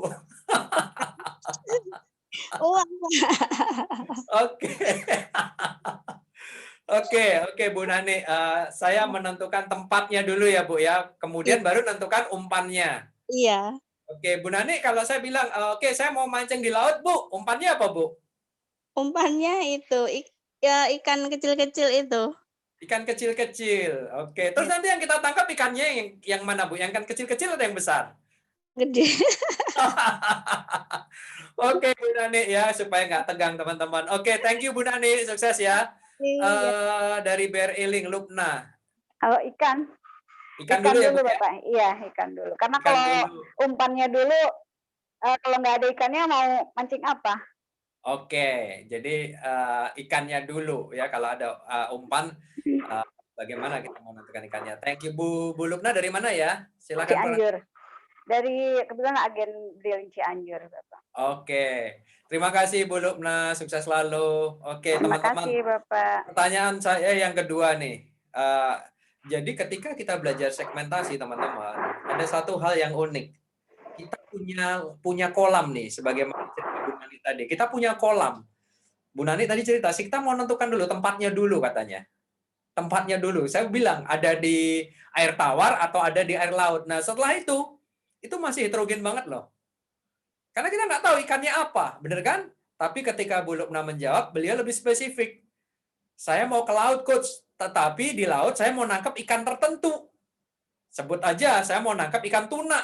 Pastinya berbeda umpannya dengan ikan tongkol. Betul ya Bu Lupna ya? Itu yang terjadi. Sehingga apa yang terjadi teman-teman, kita harus menentukan ikannya dulu. Siapa sih yang mau kita bidik? Siapa sih yang mau kita tangkap? Sehingga apa yang terjadi, kita tahu. Kalau kita sudah spesifik membagi mereka dari heterogen menjadi homogen, itu namanya segmentasi. Sehingga kita paham, oh kalau orang seperti ini seperti apa. Sehingga kita bisa bilang, proses segmentasi itu adalah mengelompokkan pasar yang dengan pertanyaan adalah siapa sebetulnya customer ideal Anda. Nah, pertanyaan ini teman-teman tolong dijawab ya, tolong dijawab, nanti minta tolong admin kalau sudah lengkap segmentasi difoto saja. Ya, difoto aja, di screenshot, di share. Teman-teman harus paham betul siapa customer ideal Anda. Kemudian macam segmentasinya Anda bisa bagi. Ya rata-rata apakah customer Anda itu, prospek Anda itu, mereka itu berjenis kelamin apa? Bagaimana dengan penghasilannya? Buku banknya apa? Sehingga apa yang terjadi, Anda bisa memberikan iklan Anda atau penawaran Anda yang EMC kuadrat tadi, bagaimana mengedukasinya, message-nya bagaimana, mengkomunikasinya bagaimana, itu lewat buku bank. Contoh nih teman-teman.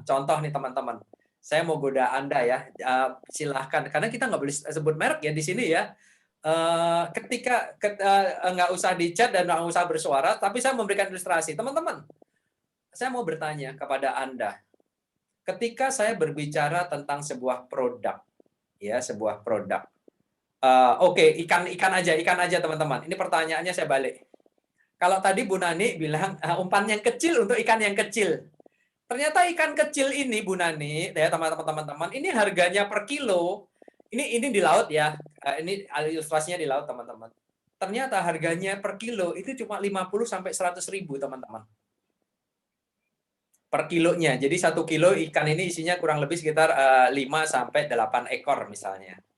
Ya, dan Anda pada saat itu sedang dimintai oleh nelayan untuk Anda memberikan motivasi kepada mereka. Dan Anda lihat nelayan ini, pastikan dia hanya punya alat pancing yang panjangnya 20 meter dan punya jaring yang jangkauan kedalaman lautnya juga cuma 20 meter. Suatu ketika datanglah Bu Lubna, datanglah Pak Supriyatna ya, datang ke nelayan dan dia bilang, ada ikan loh, besar teman-teman, ikannya besar. Ya, 1 kilonya ini harganya bisa lebih dari 1 juta. Ya, bahkan 1 ekor ikan ini harganya bisa sampai dengan 3.000 sampai dengan 5.000 US dollar. Ya, kalau kita lihat di YouTube itu ada ikan tuna yang besarnya sebesar badan kita, bener ya? Yang itu diekspor ke Jepang yang harganya misalnya 3.000 sampai 5.000 US dollar. Pertanyaan saya, itu 1 ikan itu. Masyarakat nelayan akan bilang seperti itu. Pertanyaan saya adalah, mereka pasti tergoda untuk menangkap ikan itu. Betul ya, teman-teman ya? Nah, pertanyaan saya, ayo siapa yang mau out of the box? Bagaimana caranya? Silahkan. Yuk, pikirin teman-teman. Bagaimana caranya? Yuk, silahkan raise hand.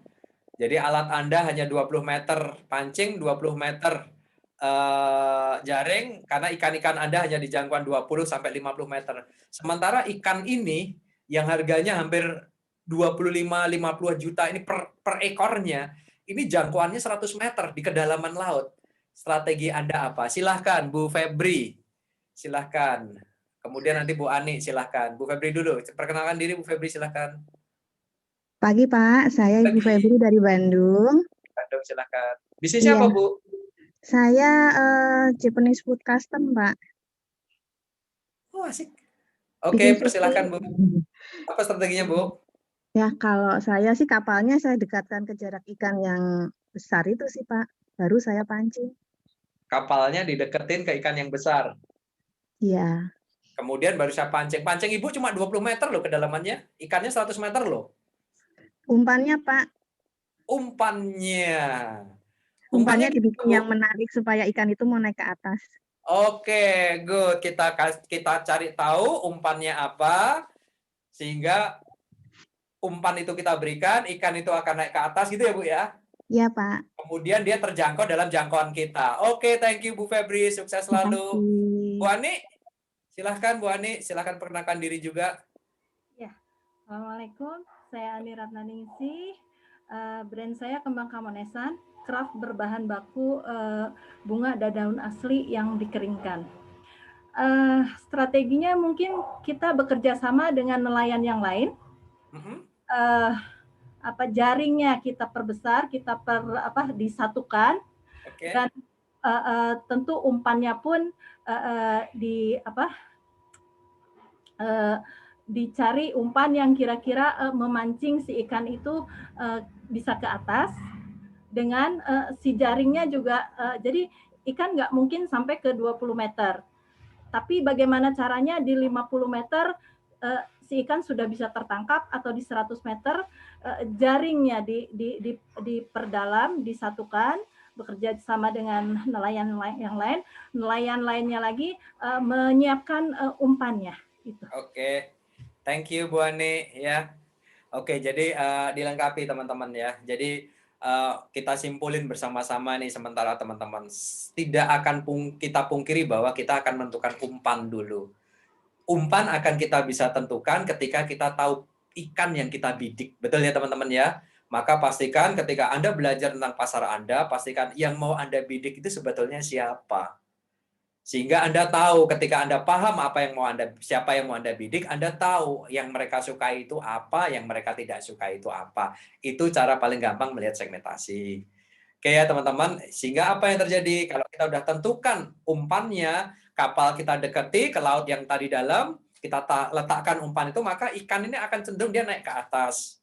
Betul kata Bu Ani, kalau pakai jaring nelayan ini mungkin justru kapal nelayannya yang ketarik sama ikannya ya. Sehingga harus dibutuhkan yang lebih besar lagi. Tapi sementara teman-teman, Kalau kita bisnis dengan cara yang dikitakan tadi Bu Ani, yang kedua, kita butuh modal tambahan. Sementara modal kita mungkin terbatas. Nah, salah satu caranya adalah kita bagaimana menemukan umpan yang tepat untuk ikan kita. Minimal ikan itu akan naik karena kita baru belajar tentang marketing. Ya, seperti itu. Nah, ketika sudah bisa menunjukkan bahwa itu berjalan, kemudian bisa menunjukkan laporan keuangan yang bagus, dan akhirnya Anda bisa mendapatkan perbantuan dari pihak perbankan. Ya, jadi pihak perbankan itu tidak akan pernah mau bantu kita, teman-teman semuanya, kalau Anda laporan keuangannya aja nggak bagus. Ya, bagus itu dalam artian ya pastinya profit ya, tapi yang jelas minimal itu ada laporan keuangan yang itu terstandarisasi gitu loh, ya. Oke, nah itu. Sehingga kalau kita lihat seknya, kalau kita lihat seperti ini teman-teman, sebagaimana ada yang di gambar layar, kita lihat demografinya. Seknya bagaimana, penghasilannya gimana, karena orang penghasilannya berbeda, kesukaannya berbeda. Ya, kemudian kita lihat juga apa yang berikutnya, kita lihat mereka bertempat tinggal di mana. Ya, kemudian kita lihat tadi ada cerita, oh kapalnya saya arahkan ke laut dalam, artinya mendekati orang-orang ini berkumpul di mana. Kemudian gaya hidup mereka seperti apa. Nah, teman-teman, inilah salah satu cara untuk kita mensegmentasi pasar kita. Yang goalnya adalah menentukan siapa customer ideal Anda. Oke ya, kemudian yang kedua adalah bagaimana setelah kita menentukan target teman-teman, setelah kita menemukan orang-orang yang ideal di tempat kita mau lebih khususkan lagi, namanya funneling ya. Jadi piramida terbalik. Kalau yang semula tadi kita lihat sangat umum, ya kalau kita lihat di sini tadi sangat umum, ya ini sangat umum pasar. Kalau seperti ini kita ngundangnya beda, kita capek nanti teman-teman. Yang merah ini sukanya gini, yang kuning sukanya ini, yang biru nggak suka ini sukanya ini, yang ini sukanya ini nggak suka ini. Anda melayani semuanya, bingung nanti Anda. Energi Anda terlalu banyak habis. Ya tidak semua pasar yang Anda bidik ini, ya market yang Anda bidik ini menghasilkan profit yang bagus buat Anda. Ya Anda harus melakukan analisa pasar untuk melihat dari 4 warna ini mana yang effort Anda sedikit dan profitnya besar. Yang lain Anda Anda hapus dalam kamus Anda, selesai. Nah, maka kita perlu belajar yang kedua, namanya targeting. Tuh, sekarang kita mau bidik nih. Oh, ternyata bukan pasar yang merah, bukan pasar yang kuning, bukan pasar yang biru, tapi yang oranye nih. Nah, ini namanya targeting. Ya, sehingga kita melihat di sini teman-teman, siapa pelanggan Anda yang dia ya sedikit aja, tapi menghasilkan 80% dari omset Anda. Nah, ini jauh lebih bagus. Ya. Sehingga sekarang saya tanya nih, saya stop share nih ya. Pertanyaannya hanya ini teman-teman, tapi jawabannya apakah sudah dilakukan? Ayo kita lihat sama-sama. Ayo jujur teman-teman. Tolong ingat-ingat siapa pasar atau siapa orang atau usaha atau instansi yang dia memberikan omset terbesar buat usaha Anda. Tolong ingat-ingat, tulis di kertas Anda, silahkan. Ayo, silahkan. Siapa namanya?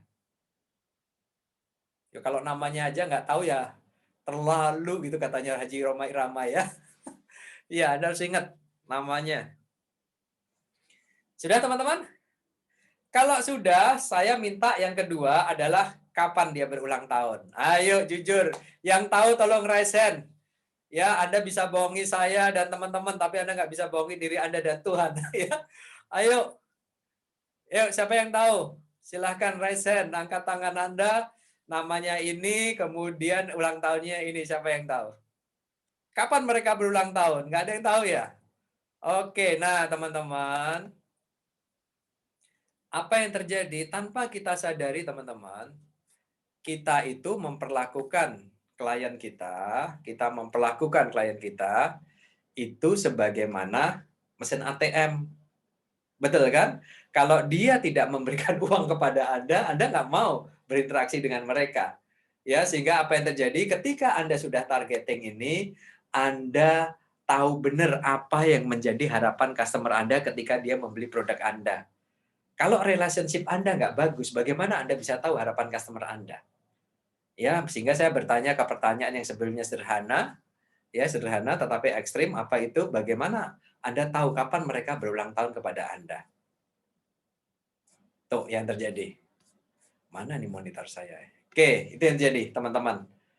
Paham ya? Sehingga please tolong Tugas Anda yang kedua di sini adalah untuk melihat, jadi dilakukan breakdown teman-teman ya. Dilakukan list buat daftar siapa saja yang memberikan omset terbesar di perusahaan Anda. Ya, silahkan Anda buat daftarnya. Setelah itu, pilih 20% yang terbesar. Supaya apa? Supaya Anda bisa distribute energi Anda hanya kepada ini. Yang kecil-kecil nggak usah. Yang kecil-kecil bisa Anda abaikan. Tetapi yang 80% ini karena dia memberikan omset yang cukup besar, Anda harus paham betul, kenali mereka, bangun relationship yang bagus kepada mereka, ya. Dan penting juga apa yang namanya moment of truth, ya. Ketika dia berulang tahun, misalnya karena dia memberikan omset terbesar buat Anda, berarti kan dia sebagai saluran rezeki dari Allah kepada diri Anda, betul ya? Dan harusnya itu kan kita bina, kita jaga. Nah, sehingga salah satu caranya adalah ketika dia berulang tahun, misalnya Anda bisa intip sosial medianya, bukan kepo loh ya. Ngelihat, oh dia ulang tahunnya ini. Tiba-tiba pada saat dia berulang tahun, dia belum bangun padahal ya. Ya, Anda sholat malam, Anda kasih selamat ulang tahun Pak, gini. Jangan jualan loh ya. Jangan jualan nih. Kadang teman-teman ini bukannya menyapa. Gimana Pak, lama nggak beli di tempat kita, no, kurang sopan ya. Dari hati Anda yang tulus. Pak, selamat ulang tahun ya. Semoga rahmat dan berkat Tuhan bersama Bapak dan keluarga dengan umur yang bertambah. Semoga Bapak semakin sehat, semakin makmur. Ini pasangan gue aja belum ngasih kabar nih tentang ulang tahun gue. Ini ke orang kok sudah. Nah, itu sesuatu yang luar biasa. Namanya moment of truth. Ya, bagaimana Anda membangun sebuah momen yang itu akan tertancap kuat di pikiran customer Anda. Tuh, targeting.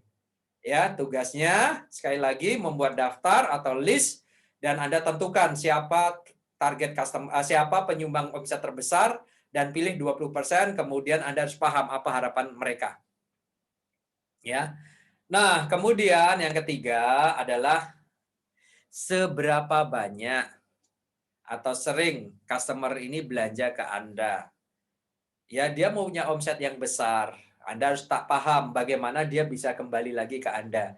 Ya, kalau bisa dia tidak beli ke orang lain, ini kita bukan jahat loh ya. Kalau dia bisa beli selalu ke tempat kita, wah kenapa enggak gitu loh ya. Buat mereka jauh lebih mudah, buat Anda juga bisa meningkatkan omset Anda. Salah satunya adalah number of transaction. Betul ya, bagaimana dia kembali beli lagi dari tempat Anda.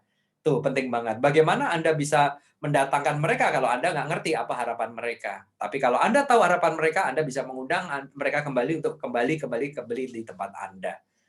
Oke ya teman-teman ya. Nah yang berikutnya, kalau Anda belum paham tentang apa yang harus Anda lakukan, Anda bisa intip ini. Siapa pemain nomor 1 dalam bidang produk atau jenis yang Anda mainkan. Ya, Anda benchmark, Anda contek ATM. Ambil, tiru, modifikasi. Jangan mirip banget ya, nggak sopan ya. Ambil, tiru, modifikasi. Kalau Anda lihat, oke, saya punya bisnis kuliner saya tentang A. Saya lihat kok di sana rame banget ya. Maka apa yang terjadi? Kita catat apa yang mereka lakukan. Apa sih perusahaan A ini lakukan? Oh, dia lakukan nih. Dibuat daftar 1, 2, 3, 4, 5 sampai 10. Oke, dari 10 ini apa yang sudah kami lakukan, perusahaan kami lakukan? Wih, ternyata baru 3 yang kami lakukan. Apa yang terjadi ketika Anda mau mengembangkan diri Anda untuk melakukan 7 poin tambahan itu? Ya, sehingga apa yang terjadi yang waktu di awal tadi kita sudah cerita, Anda mendapatkan sesuatu yang sudah Anda lakukan. Sehingga don't blaming the other. Jangan salahkan orang lain atas pencapaian Anda, karena itu diri Anda. Kalau Anda ingin pencapaian yang berbeda, maka pastikan Anda dan perusahaan Anda melakukan cara yang berbeda. Nah, salah satu cara yang paling gampang adalah lihat siapa pemain nomor 1 di bisnis yang sejenis dengan Anda. Dan analisa apa yang mereka lakukan, yang mereka sudah lakukan, yang itu bisa jadi belum Anda lakukan. Oke teman-teman, kita lanjut ke tahapan yang ketiga. Apa itu namanya positioning? Nah, positioning ini adalah membangun citra atau brand di benak konsumen. Kalau Anda tidak pernah memenuhi harapan yang ada di customer, bagaimana Anda akan membangun citra di pikiran mereka? Teman-teman, tadi kita cerita tentang perception is projection. Masih ingat ya? Kadang saya ditanya sama teman-teman tuh, kenapa sih Coach Edwin selalu cerita ini? Nih, tadi kan udah belajar ini kan ya? Sehingga kita belajar ini jadi paham positioning. Itu apa? Sesuatu yang muncul di pikiran kita. Muncul di mana? Muncul di internal representation-nya. Di ini teman-teman. Karena apa? Karena sesuatu yang sudah mereka lihat. Nih. Dan akhirnya mereka nginget. Itu yang tadi nih. Ya, akhirnya mereka mengingat-ingatnya. Sehingga apa yang terjadi penting juga itu. Nah, mari kita lihat sama-sama. Teman-teman, kalau saya cerita kepada Anda semuanya, yuk coba perhatiin banknya apa ya? Anda punya ada teman Anda punya buku bank yang warnanya biru, kemudian ada semacam pita yang warnanya emas. Kuning keemasan. Terbersit nggak di pikiran Anda itu buku bank dari salah satu bank apa? Betul ya? Ketika saya cerita nih, ini ingat please tolong jangan masukin di chat ya, jangan juga raise hand untuk nyebut mereknya karena kita tidak lakukan endorse atau dan menjelekkan sebuah instansi atau sebuah perusahaan ya. Oke teman-teman, coba tentukan apa warna pesawatnya. Ketika Anda masuk ke sebuah pesawat, naik pesawat, kemudian ternyata apa? Sudah masuk di pesawat, handphone pada nyala ya, kemudian sudah tutup pintu, sudah mulai jalan ya, sudah mau take off, kadang masih ada peringatan dari pramugarinya bahwa tolong matikan handphone Anda. Anda bisa prediksikan kira-kira warna pesawatnya apa dominasinya. Ya, itulah citra yang ada di benak konsumen. Itu yang jadi. Sebaliknya teman-teman, Anda naik sebuah pesawat, begitu Anda masuk ke pesawat, Anda lihat itu sunyi secap, orang-orang lebih asik membaca atau tertidur atau dan begitu dia sudah mau tidak ada pengumuman dari pramugari bahwa pesawat sudah mulai jalan, tidak ada pengumuman sama sekali tentang tolong matikan handphone Anda. Anda bisa perhatikan apa warna pesawatnya. Nah, disinilah bagaimana Anda membangun citra Anda di benak konsumen. Pertanyaan saya, apakah dua pesawat tadi memiliki harga tiket yang sama? Berbeda, teman-teman. Pertanyaan saya, apakah pesawat yang harganya lebih mahal tadi sepi dari penumpang? Tidak juga, teman-teman. Artinya apa? Mereka masing-masing memiliki kelasnya masing-masing. Itulah kita belajar segmentasi tadi. Ya, ternyata ada orang yang butuh safety. Dia merasa bahwa oke, kalau handphone menyala ini sesuatu yang mengganggu penerbangan. Dia memiliki kesadaran itu. Sehingga Anda paham itu ikan yang mana yang seperti itu, sehingga Anda bisa memperlakukannya dengan jauh lebih bagus. Ya. Nah, kemudian yang berikutnya, persepsi dari konsumen ini selalu benar. Ya, hati-hati. Jadi teman-teman kalau mau melihat perusahaan kita atau diri kita atau tim sales kita, lihatlah dari konsumen kita, itu paling enak. Ya, contoh kayak perusahaan tadi yang salesnya ditegur sama atasannya, itu dia dapat masukan dari konsumennya. Dan ingat, dia belajar dari konsumennya. Ya, orang tidak ada yang namanya kegagalan, yang adalah proses belajar atau umpan balik. Ya, nah, persepsi konsumen ini selalu benar. Yang ada dari tim Anda adalah kegagalan mengkomunikasikan produk atau jasa kita. Disinilah kita harus belajar. Ya, kemudian yang berikutnya adalah, nah, pengalaman belanja. Ya, ingat sekali lagi bagaimana Anda bisa memberikan pengalaman yang itu menancap di benak konsumen Anda. Ingat tadi yang pesawat. Ya, ketika belum ada online transportasi, ketika Anda dari Bandung harus ke Jakarta dan pertama kali ke Jakarta Anda harus naik taksi, Anda juga bisa menentukan saya harus naik taksi apa ya? Mungkin teman Anda akan mengatakan naiklah taksi yang ini. Kenapa naik taksi ini? Karena taksi ini mungkin lebih aman, lebih ini. Belum ada online transportation loh ya. Anda kemungkinan akan naik taksi merek tertentu, ya, dan warnanya tertentu. Dan Anda tanpa sadar Anda mau menjadi word of mouth. Anda mau menjadi marketing tanpa dibayar oleh mereka. Itu yang terjadi. Karena apa? Karena pengalaman Anda ketika menggunakan jasa mereka. Nah, inilah yang harus kita bangun, teman-teman. Siapa yang membangun? Ya Anda dengan tim Anda, bukan yang lainnya. Ya. Oke, silahkan difoto dulu tim, silahkan untuk positioningnya sudah, sehingga Anda bisa paham teman-teman tidak ada harga yang salah. Ya, yang salah adalah bagaimana Anda mengkomunikasikan itu dengan mereka. Oke ya. Nah, kemudian berikutnya adalah differentiation. Nah, ketika kita ngelihat ini, sebetulnya ada pertanyaan yang harus Anda jawab. Kalau Anda lihat gambar di monitor, itu pensil yang warnanya merah akan kelihatan menyolok dibandingkan yang lainnya. Sama-sama pensil, tapi dia berbeda. Ya, sehingga pertanyaan yang harus Anda jawab nanti adalah bersama tim Anda, pastinya jangan kerjain sendiri, teman-teman. Berjalan sama tim Anda. Jika demikian, sebetulnya apa sih yang membedakan produk atau jasa Anda dengan tetangga Anda? Nilai lebih apa yang Anda tawarkan dari diri Anda? Ini harus Anda pahami. Ya, sehingga untuk memahami semuanya, entah itu segmentasi, entah itu targeting, ya, positioning dan diferensiasi. Teman-teman, saya memberikan sebuah gambaran yang sederhana. Saya stop share dulu. Ya, gambaran yang jauh lebih sederhana, teman-teman, adalah ketika saya atau saya minta kepada Anda, oke teman-teman, setelah selesai nanti Pak Supriyatna ya dari Rumah BUMN, kemudian dari BRI Link Cianjur akan memberikan cek kepada Anda senilai Rp500.000. Pura-puranya loh ya, pura-puranya, jangan dianggap serius. Tetapi kewajiban Anda adalah untuk membeli baju ya, baju atau kemeja berwarna putih atau atasan berwarna putih.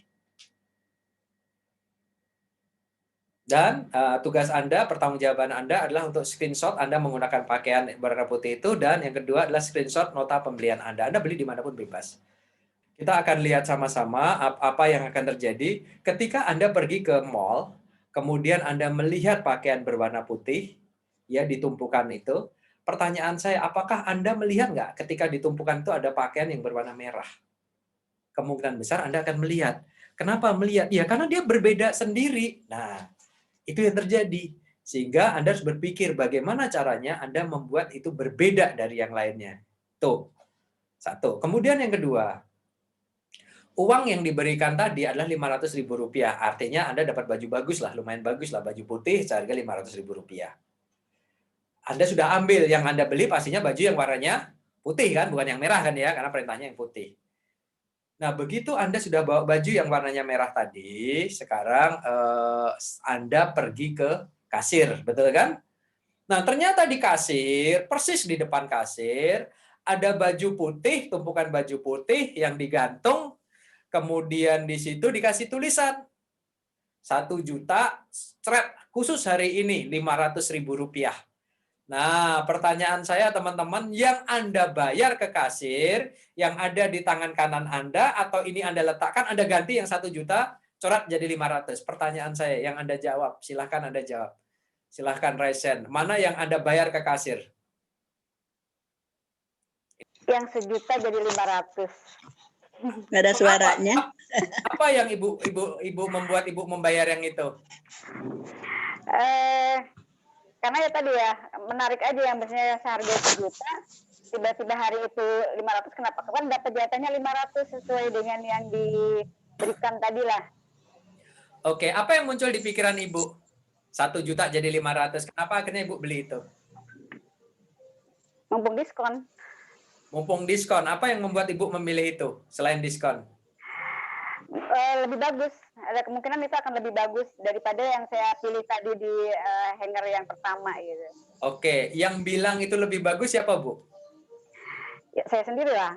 Nah, teman-teman, thank you Bu Luk. Ini Bu Zayanti belum bisa kontak ya. Nah, artinya apa teman-teman? Apa yang dilakukan oleh Bu Lukna tadi adalah muncul sebuah positioning dari barang yang ada di sana. Tidak ada SPG-nya, tidak ada keterangan apapun.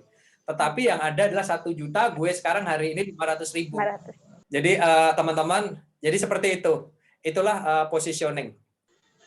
Ya, jadi bagaimana Anda sudah membawa 500.000, tapi Anda lihat tumpukan merah itu diferensiasi. Anda bawa yang putih 500.000, Anda bawa ke kasir, sampai di kasir ada harga 1 juta coret 500. Anda letakkan yang di tangan kanan, Anda ambil yang di dekat kasir, Anda berikan ke sana. Seolah-olah ada suara di kepala Anda, dia bilang apa? Gue lebih bagus loh, gue kan biasanya 1 juta, khusus hari ini gue 500, kan budgetmu 500 gitu ya Bu Lukna ya. Itu yang terjadi. Nah, yang terjadi adalah berikutnya teman-teman. Begitu Anda sampai di kasir, Anda bayar 500.000 karena belanja Anda 500.000, tiba-tiba orang kasir bilang, "Bu, Ibu dapat voucher senilai 100.000, tapi harus dibelanjakan sekarang." Pertanyaan saya, Anda pulang atau belanja? Kan tadi goalnya apa? Goalnya adalah cari baju warna putih. Nah, pertanyaan saya, Anda pulang atau Anda belanja? Silahkan resen. Di sanalah bagaimana si kasir memberikan suatu teknik yang kita sebut dengan desire. Ya, take action. Anda diminta untuk segera action lagi. Itulah yang terjadi. Nah, inilah yang terjadi. Ya, mengapa Anda belanja? Anda didistorsi. Pikiran Anda yang semula harus pulang karena baju putih ya. Tiba-tiba nanti dulu lah pulangnya, kan ini gue punya uang 100.000 nih. Nah, itu yang terjadi. Teman-teman, jadi itulah belajar marketing. Jadi asik toh belajarnya, ya. Nah, sekarang kita ngelihat nih, apakah cukup itu saja? Tidak, Anda harus menciptakan apa yang disebut dengan unique selling point. Teman-teman, ketika Anda belajar tentang keunikan Anda, please tolong jangan hanya di produk. Ya, jangan hanya di produk. Ya, pastikan contoh di sini kita bercerita tentang convenient. Apa itu kenyamanan? Bisa jadi kenyamanan pada saat berbelanja, kenyamanan sebelum berbelanja, kenyamanan saat terjadi transaksi, dan kenyamanan sesudah. Kemudian yang berikutnya ada backup service. Ini apa? Pelayanan setelah terjadinya transaksi. Ya, image, gambaran. Jadi ada orang yang dia bangga belanja di tempat Anda. Ya, kemudian kita bicara tentang quality. Apa itu kualitas? Kemudian service, pelayanannya bagaimana, tentang speed, kecepatannya, tentang harga Anda yang lebih kompetitif. Konsistensi, saya beli 1 tahun yang lalu, sekarang sama. Saya beli fried chicken, maaf saya nggak sebut merek loh ya. Saya beli fried chicken di Padang, di Bandung, di Jogja, di Solo, Surabaya, sama rasanya. Kemudian bagaimana Anda memberikan safety, ya, keamanan di sana. Anda juga cerita, ya, bagaimana Anda memberikan garansi di sana. Nah, teman-teman, inilah yang harus Anda perhatikan. Jadi, jangan sibuk untuk bermain di level produk, ya, tetapi pada nilai tambah, ya, itu yang mestinya Anda perhatikan. Nah, ini please tolong tim minta tolong difoto lagi, ya. Inilah yang harus Anda perhatikan, sehingga kenapa kalau Anda bermain di produk nanti ekor-ekornya itu Anda berbanting-bantingan di harga, Anda bersaing di harga. Tapi kalau di sini Anda tidak perlu takut tentang harga. Ya, sehingga apa yang terjadi, Anda harus bisa menjawab pertanyaan ini, apa keunggulan kompetitif dari produk atau jasa atau bisnis Anda? Ya, di mana perbedaan ini yang dapat membuat Anda terlepas dari pesaing Anda. Ya, itu yang terjadi. Pastikan itu justru pada yang sudah kita ceritakan tadi. Ya, jadi pada 11 sampai 12 perbedaan yang tidak hanya pada produk, tetapi pada nilai tambah yang akan dirasakan oleh customer Anda secara emosional. Ya. Tuh. Nah, terakhir nih teman-teman, ya. Nah, ini untuk jadi tugas ya, diskusi. Semoga teman-teman bisa diskusi ya ke kelompok dan sebagainya. Semoga bisa diskusi apa saja yang harus didiskusikan. Yang pertama, yuk buat 10 alasan mengapa customer membeli produk Anda dibandingkan produk pesaing. Ya, ini please tolong Anda kerjakan. Jadi Anda harus tahu mengapa mereka membeli dari kami, kok bukan ke tetangga kami. Yang kedua adalah apa 3 kekecewaan besar dari pelanggan Anda saat membeli produk atau jasa Anda. Ini penting teman-teman, ya, karena 3 kekecewaan besar ini artinya sayangnya dari customer kepada diri Anda. Ya, dia ingin memberikan masukan seperti itu. Dan kemudian setelah Anda tahu 10 alasan, Anda tahu 3 kekecewaan besar, pastikan untuk Anda bisa memenuhi harapan mereka, langkah strategi Anda apa untuk melakukan perbaikan. Nah, teman-teman, pastikan 3 hal ini harus Anda kerjakan, ya. Harus Anda kerjakan, Anda tahu 10 alasan dari mereka, bukan dari diri Anda, dari mereka.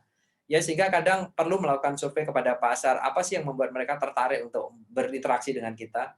Kemudian minta mereka untuk memberikan masukan mereka, kemudian dari semua masukan itu dikelompok-kelompokkan sehingga Anda dapat 3 kelompok besar, apa sih sebenarnya kekecewaan besar mereka, dan apa strategi Anda untuk melakukan perbaikannya.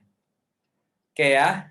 Nah, teman-teman, itu yang bisa kita pelajari ya. Nah, ini kami ya, jadi kalau Anda menginginkan di komunitas Anda, sekali lagi teman-teman, karena bulan Februari ini kita mengarahnya ke komunitas, ya, belajarnya lebih efektif, sehingga nanti bersama Pak Supriyatna dari Rumah BUMN, Anda akan bisa mengerjakan bareng-bareng tugas-tugas tadi untuk kemajuan Anda. Anda butuh jadwal, silahkan kontak ke nomor ini. Ya, Anda butuh artikel-artikel kami dan kegiatan kami, Anda bisa akses di 3 website ini. Ya, kemudian ini belum saya ganti nih teman-teman ya, semuanya Edwin Indarto, baik Facebook, Instagram maupun YouTube kami. Oke teman-teman, itu yang bisa kita share kepada Anda semuanya ya. Sekarang tugas saya untuk mengintip chat Anda, apakah ada pertanyaankah untuk Ya, pertanyaan yang masih Assalamualaikum disampaikan. Pak. Waalaikumsalam, silahkan Bu. Ya, saya mau bertanya, saat ini kan bisnis saya itu eh, terpaku pada reseller. Jadi penjualannya itu dominannya reseller. Nah, harganya itu saya patok. Jadi reseller itu jual harga ecer sesuai harga ecer yang dijual saya juga. Nah, saat ini saya berpikirnya banyak reseller yang makin tidak aktif. Nah, yang aktif itu sedikit. Nah, jadi saya pernah berubah pikiran untuk membuat satu harga. Jadi harga reseller tidak saya bedakan. Misalkan kayak terserah gitu jual ecernya berapa. Tapi reseller yang masih aktif itu protes. Katanya jadi karena brand saya sudah dikenal, kemudian Instagramnya juga sudah dikenal dengan konsumennya dia, sehingga konsumennya dia itu yang biasa beli ke dia jadi beli langsung ke saya. Nah, alhasil saya rubah lagi harganya menjadi harga yang reseller tadi itu. Nah, Ya. jadi bagaimana Pak gitu maksudnya kalau misalnya saya terpaku terus pada reseller, kan reseller itu tidak selalu beli di kita gitu. Bisa kapan saja dia pergi, misalkan gitu. Tapi kalau misalkan saya rubah sekarang, seperti harga yang tadi hanya harga satu harga itu, reseller saya yang aktif itu akan pergi gitu. Jadi gimana? Oke, Bingungnya. thank you Bu. Jangan dimatiin dulu ya Bu ya. Ya, Ada dua pertanyaan ini. Satu adalah Ibu Rima harus tahu betul apa yang membuat reseller pertama Ibu tadi pergi, sehingga Ibu mengubah strategi. Ya, jadi teman-teman sekali lagi, salah satu penyebab hancurnya bisnis kita, saya sedang buat artikel, saya sedang buat YouTube-nya. Jadi kalau apakah Anda masih mencintai bisnis Anda ataukah Anda mau menghancurkan bisnis Anda? Jadi lakukan cara ini kalau Anda ingin hancur bisnis Anda, itu judul YouTube-nya. Jadi mungkin minggu ini kita upload atau minggu depan kita upload. Nah, salah satunya adalah kita sering mengubah-ubah taktik, mengubah-ubah strategi, tapi nggak ada ukurannya, sehingga pasar itu bingung nanti. Ya, pasar itu bingung dan dia padahal dia membantu kita, reseller membantu kita. Contoh, pada saat saya menentukan harga di tindakan awal, apa yang terjadi? Ternyata banyak reseller yang membantu saya, akhirnya hanya reseller tertentu. Ibu kalau nggak salah kan menetapkan harga eceran tertinggi, betul ya? iya. Di resellernya. Nah, artinya apa? Mereka bisa bermain-main harga di sana. Nah, ada pertanyaan yang muncul di sini adalah apa yang membuat yang Ibu harus jawab nanti di slide ini supaya temannya kebagian pertanyaan. Apa yang membuat reseller Ibu itu pindah ke lain hati atau keluar dari Ibu? Itu yang Ibu harus jawab. Nah, yang kedua, ketika Ibu mengubah strategi menjadi satu harga yang sama, maka Ibu harus paham banget apa yang membuat reseller Ibu yang sekarang bertahan menjadi teriak. Karena apa? Di sana bisa jadi mereka dengan adanya HET itu kan sebenarnya mereka bisa bermain di harga kan, Bu? Dan itu Iya. bisa menjadi nilai tambah buat mereka. Artinya secara kuantiti ya, saya jauh lebih murah dibandingkan produk yang sejenis yang dijual oleh reseller yang lain. Nah, itu jadi mereka jadi protes. Nah, apa yang mesti dilakukan? Strategi Ibu harus Ibu tetapkan. Goal Ibu yang pertama yang mana? Oh, saya mencari reseller, kemudian saya menetapkan HET kalau yang saya dengar dari Bu Rima tadi itu. Maka udah Ibu tetapkan itu aja. Nah, sekarang tugasnya adalah apa yang harus saya lakukan supaya reseller ini tidak keluar masuk. Nah, sekarang yang kalau Ibu ada dua pertanyaan, satu, apa yang membuat mereka keluar, atau Ibu tanya yang pasti bertahan. Karena kan masih ada kontaknya di Ibu kan? Oke, boleh tahu nggak apa yang membuat kamu bertahan di sini? Apa yang itu bisa jadi daya tariknya Ibu. Nah, itu yang Ibu kembang kuatkan di diri Ibu. Seperti itu. Itu ya, Bu ya. Sehingga apa yang terjadi jangan diubah-ubah, Bu. Nanti pasar bingung, apalagi yang membantu Ibu tambah bingung lagi. Ya, itu. Jadi tetapin, Bu, apalagi sosial media Ibu udah bagus. Jadi apa yang Ibu lakukan udah betul. Cuma bertanyalah mengapa mereka keluar dan mengapa mereka bertahan. Lah, yang bertahan ini Ibu tingkatkan, kuatkan karena itu kekuatan Ibu. Mereka keluar itulah kelemahan Ibu, itu Ibu perbaiki. Ya, sukses ya, Bu ya. Oke, Ya, terima kasih banyak. thank you. Baik, ini ada pernyataan nih dari Bu Lubna, agen drilling Cianjur katanya Coach. Terima kasih Pak Edwin, ilmu dan motivasinya luar biasa. Mudah-mudahan mulai hari ini akan mencoba ilmu yang saya dapatkan hari ini, mau ngasih umpan yang membuat nasabah menarik drilling saya, walau saya ingin banyak kiri kanan. Oke, tetap semangat ya Bu. Iya. Bu Lubna, keadaan pandemik ini adalah keadaan yang sangat luar biasa. Ya, jadi justru contoh ya kayak di kantor, karena saya dosen, akhirnya secara struktural itu mereka berpikir, saya dulu satu hari itu ada profesor saya dia bilang gini, saya dulu satu hari hanya bisa menghadiri 2 maksimum 3 rapat. Kenapa? Itu waktu udah habis karena perjalanan. Tapi dengan keadaan pandemik ini saya bisa menghadiri 5 sampai 7 rapat secara efektif itu dalam satu hari kerjanya. Itu jauh lebih bagus sehingga kita ambil dari fenomena. Memang ada kekurangannya, tetapi juga ada sesuatu yang luar biasa. Nah, pada kesempatan ini semuanya, Bu, baik itu penjual maupun pembeli itu mereka lebih cenderung menggunakan media internet untuk mereka mulai mengedukasi pasar, berkomunikasi dengan pasar. Nah, Ibu bisa lakukan itu. Ya, pastikan Ibu tahu dulu siapa yang mau Ibu bidik ikannya sehingga Ibu bisa menentukan bagaimana umpan yang harus Ibu siapkan.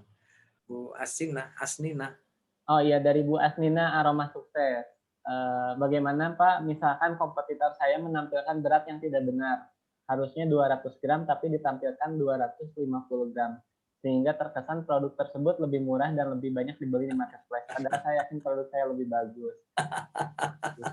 Oke, Pak Supriyana, mana Bu Asina? Boleh buka kamera, Bu. Halo, Bu. Nah, Ya, siang Pak. Siang, kameranya dinyalain, Bu. Jadi gini Pak, misalnya di marketplace, saya melihat banyak orang menampilkan produk yang neto sama bruto itu nggak sesuai benarnya gitu. Misalkan di marketplace, maksudnya saya lihat yang penjualan tertinggi itu ternyata itu tidak menampilkan jumlah neto produk yang benar gitu. Jadi seakan-akan produknya itu kelihatan lebih murah, padahal saya yakin produk saya itu lebih bagus gitu. Gimana caranya, Pak? Oke, ada satu hal, saya bantu share dulu, Bu. Siapa sih tadi? Bu Asina ya, sorry. Ada satu yang mau saya share ke Ibu. Bu, jangan risau ini, Bu. Nanti supaya ini. Nah, teman-teman, ini seharusnya nggak saya tampilkan, tapi saya tampilkan. Teman-teman bisa lihat level energi emosi ya? Iya, bisa, Pak. Bisa ya? Nah, apa yang terjadi ketika Ibu masih menyalahkan? Ibu jatuh loh. Bu, satu, apapun agama kita berlaku curang, atau misalnya nggak curang, dia kan ngasih gross sama neto, ya, tapi grossnya mungkin kecil, sehingga nggak terbaca, yang terbaca 250 gramnya misalnya, sementara di punya Ibu neto 200 gram gitu ya. Ibu bisa merasakan niatnya sudah sama atau beda, Bu? Niatnya dalam hati. Sudah beda kan, Bu? Ya, Iya, yang satu niatnya menggunakan kesempatan konsumen tidak membaca dengan cermat. Contoh, maaf, ayo teman-teman, kalau kita belanja di supermarket tertentu atau di mall tertentu, kalau kita nggak hati-hati, kadang sebut aja suatu produk di situ tertera di diskon dari 50.000 jadi 35.000. Begitu di kasir, Anda belum tentu bayar 35.000 loh. Begitu sampai rumah, Anda baru sadar, loh, kan harusnya diskon dari 50 ke 35.000. Ini kok harganya masih 50.000? Pernah nggak ngalami seperti itu, Bu Asima? Ya mungkin pernah Pak, nggak perhatiin lagi di harga mungkin Nah, iya. bener kan? Itu kan nggak diperhatiin, Bu. Ya, kalau saya kebetulan sama istri, itu perhatiin, Bu, di kasir, Bu. Bahkan kadang kalau itu diskonnya terlalu banyak, Bu, saya foto pakai ini, kemudian saya tunjukin ke kasirnya. Ini loh, ada fotonya. Dia nggak bisa ngelak. Nah, apa yang terjadi? Artinya kan memanfaatkan kelengahan kasir, memanfaatkan kelemahan konsumen di depan kasir, betul kan, Bu? Karena persepsi yang ada di kasir, pada saat kita ada di kasir adalah kita sudah fokus membayar dan pasti karena itu besar, sistemnya udah benar, pasti 35.000 bukan 50.000 yang kita bayar. Betul kan, Bu? Nah, tetapi tanpa sadar, Bu, kita itu hidup di dunia betul, yang Pak. kita bermain energi. Ini yang terjadi. Sehingga apa yang terjadi? Tadi kita sudah jelasin yang ini tadi. Ibu masih ingat? Nih, control to stabilize ini, Bu. Masih ingat kan ya? Nah, di sini hati-hati teman-teman. Hati-hati. Kalau saya boleh kasih saran ke Bu Asina, itu adalah problem mereka, bukan problem Ibu. Ibu fokus saja pada diri Ibu. Ya, fokus saja pada diri Ibu. Karena apa? Di situ justru Ibu memiliki kepercayaan bahwa ada kok orang di luar sana yang dia perhatiin itu. Ya, Ibu bisa memaafkan mereka, bisa memahami mereka. Karena apa? Mereka kalau Ibu masih menyalahkan, akhirnya di marketplace orang lebih tertarik itu. Nah, energi Ibu jatuh. Ya. Tetapi kompetitor Ibu apa yang jadi? Apakah yakin mereka berhasil? Belum tentu juga, Bu. Kenapa? Karena mereka takut. Ya, produk Ibu bagus 200 gram. Dia 200 gram tapi ditulis 250. Berarti ada rasa takut dalam dirinya pada saat menjual. Itu energi yang nggak bagus. Betul kan, Bu? Ya, Dan dia ada kemelekatan. Apa? Artinya dia punya kebutuhan mendesak untuk bisa memasarkan barangnya. Ya, Pak. Pak, boleh nanya sekalian, Pak? Boleh nanya sekalian yang lain? Iya, silakan. Oke, Pak. Mumpung ya, Pak ya. Iya, Bu, silakan. Oke, yang tadi Bapak bilang sebenarnya customer yang 20% itu tapi menguasai 80% omset itu, misalkan saya yang terbanyak itu jadi udah masuk ke supermarket. Nah, caranya meningkatkan bisa ke lebih banyak supermarket itu caranya gimana, Pak? Ketika Ibu punya supermarket fanatik nggak ketika Ibu belanja? Bukan Ibu jualan, ketika Ibu belanja. Sorry. Kalau ya belanja ya saya akan milih-milih, benar. Milih-milih, oke, good. Ketika Ibu di luar kota, Ibu berusaha nggak untuk mencari supermarket yang sama dengan yang ada di kota Ibu? Iya, mungkin. Kalau misalnya itu ada, Ibu akan pilih yang sama dengan kota Ibu. Betul kan, Bu? Iya, betul. Oke, pertanyaan saya, pada saat pertama kali Ibu masuk ke supermarket yang menjadi pilihan Ibu tadi di kota Ibu, alasannya apa? Karena sudah tahu kualitasnya, sudah tahu misalnya harganya murah. Dari mana Ibu tahu? Ibu baru pertama kali belanja di situ kok tahu murah, tahu kualitas. Ayo, dari mana? Kan sebelumnya udah mengenal. Dari mana Ibu bisa mengenal? Ibu belum pernah belanja. Enggak, ini kan misalnya ngomongin nama supermarket yang sama kan? Maksudnya yang ada di daerah saya. Iya, kenapa Ibu pilih supermarket itu? Waktu pertama kali belanja, kok nggak supermarket lain? Yang di kota Ibu, bukan di kota lain. Kenapa, Bu? Bisa juga dikasih tahu misalnya sama kenalan, oh ya belanja di sini aja. Ini That's it. Bu, pola yang sama Ibu lakukan. Saya diberitahu, saya dikenal. Itu apa, Bu? Testimoni kan, Bu?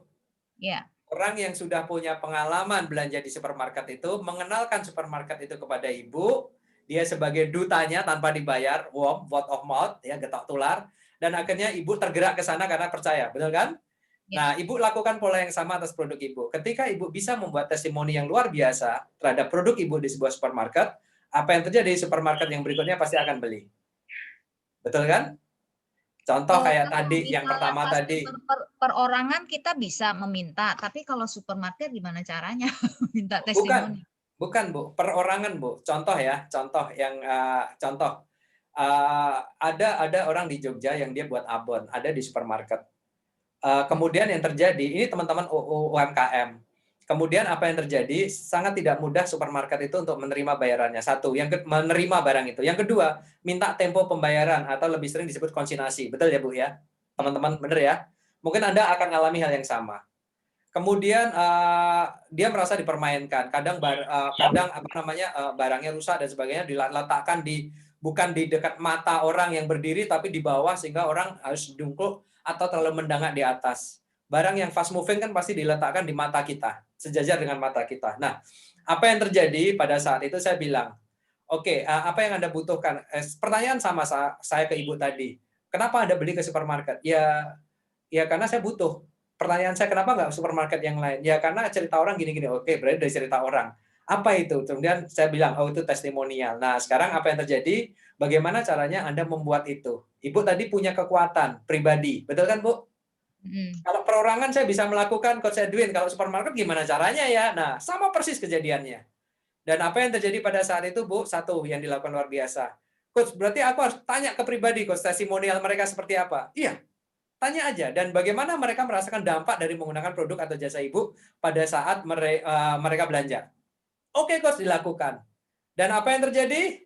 Pada saat dia lakukan, nggak hanya 1 minggu, 2 minggu ya, Bu. Ya, dia butuh waktu berminggu-minggu, 2-3 bulan kemudian hasilnya baru muncul. Pada saat dia menawarkan ke supermarket, pada saat itu supermarketnya menolak. Dan dia hanya bilang satu hal aja, ditunjukinlah sosial medianya dia. Ini blog saya, ini sosial media saya, ini traffic saya, dan ini orang yang like saya, dan ini testimonialnya. Dan apa yang terjadi? Mereka rebutan untuk ambil barangnya dia. Karena si Mbak ini sekarang dia cuma bilang satu hal. Oke, saya cuma titip barang ini supaya pasar saya mudah menemukan barang saya. Selesai. Kalau Anda nggak mau terlalu mempermainkan saya dalam hal konsignasi terlalu lama pembayaran, saya bisa pindah ke yang lainnya. Nah, artinya dia punya posisi tawar yang tinggi tergantung dari bagaimana kita memperlakukan diri kita dan produk kita. Gitu, Ibu. Oke, ngerti Pak. Makasih Pak. Iya, semoga bermanfaat, Ibu. Ya, hari ini dapat sekali banyak ilmu. Makasih Pak. Tadi Bapak Alhamdulillah. bilang ada komunitas itu maksudnya WA group atau gimana Pak? Bukan, Pak. Bukan, Pak. Bukan. Bergabung di rumah BUMN. Belajar bareng-bareng gitu, Bu. Oke. Iya Ya, kan? Jadi contoh kayak Ibu yang bertanya, tapi teman yang lain kan, oh ya benar juga ya, pertanyaannya benar juga ya, caranya gitu, Bu. Gitu. Ya, Oke ya. Pak. Itu. Ya. Rahayu, tanya dong Pak Edwin untuk segmentasi apakah dipilih salah satu dari demografi? Di mix Bu, dicampur Bu, ya nggak bisa kalau hanya satu. Contoh ini Bu, misal ya secara gender, oh dia produk saya ini lebih disukai oleh wanita. Kemudian misalnya Ibu punya produk herbal untuk orang-orang yang menopause. Oh wanita, kemudian yang kan nggak mungkin bapak-bapak ya kan, wanita. Kemudian yang kedua secara usia, berarti usia-usia di atas 45-50 tahun ke atas. Nah, sehingga Ibu bisa menentukan pesan yang mau disampaikan apa, cara berkomunikasinya seperti apa, sehingga di mix Bu. Ya pastikan Anda cermati YouTube kami ya di channel Edwin Indarto, pelajari di sana. Kemudian ketika Anda membutuhkan materi khusus, masukkan aja di komen. Ya coach berbagi tentang ini seperti itu. Ya, oke.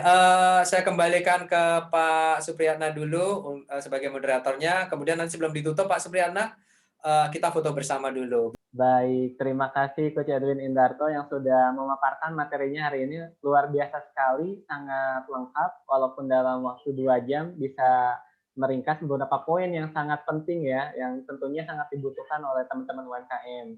Tadi disampaikan bahwa mengenai STV, segmentation, targeting, positioning. Nah, ini menjadi PR juga nih buat teman-teman mungkin yang belum menentukan, bisa setelah kelas langsung mempersiapkan nih. Nanti saya sampaikan juga di grup kelas hari ini mengenai screenshotan ya, yang tadi oleh tim Akeodia sampaikan.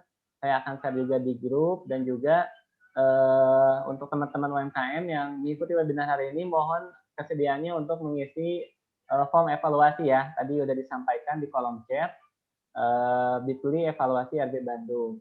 Dan juga mudah-mudahan dengan materi yang hari ini disampaikan, teman-teman bisa menambah wawasan ya, juga menambah networking dari teman-teman yang lainnya, dan juga tadi udah disampaikan oleh Coach Edwin, yang belum bergabung di komunitas atau seperti Rumah BUMN Bandung, silakan bisa bergabung.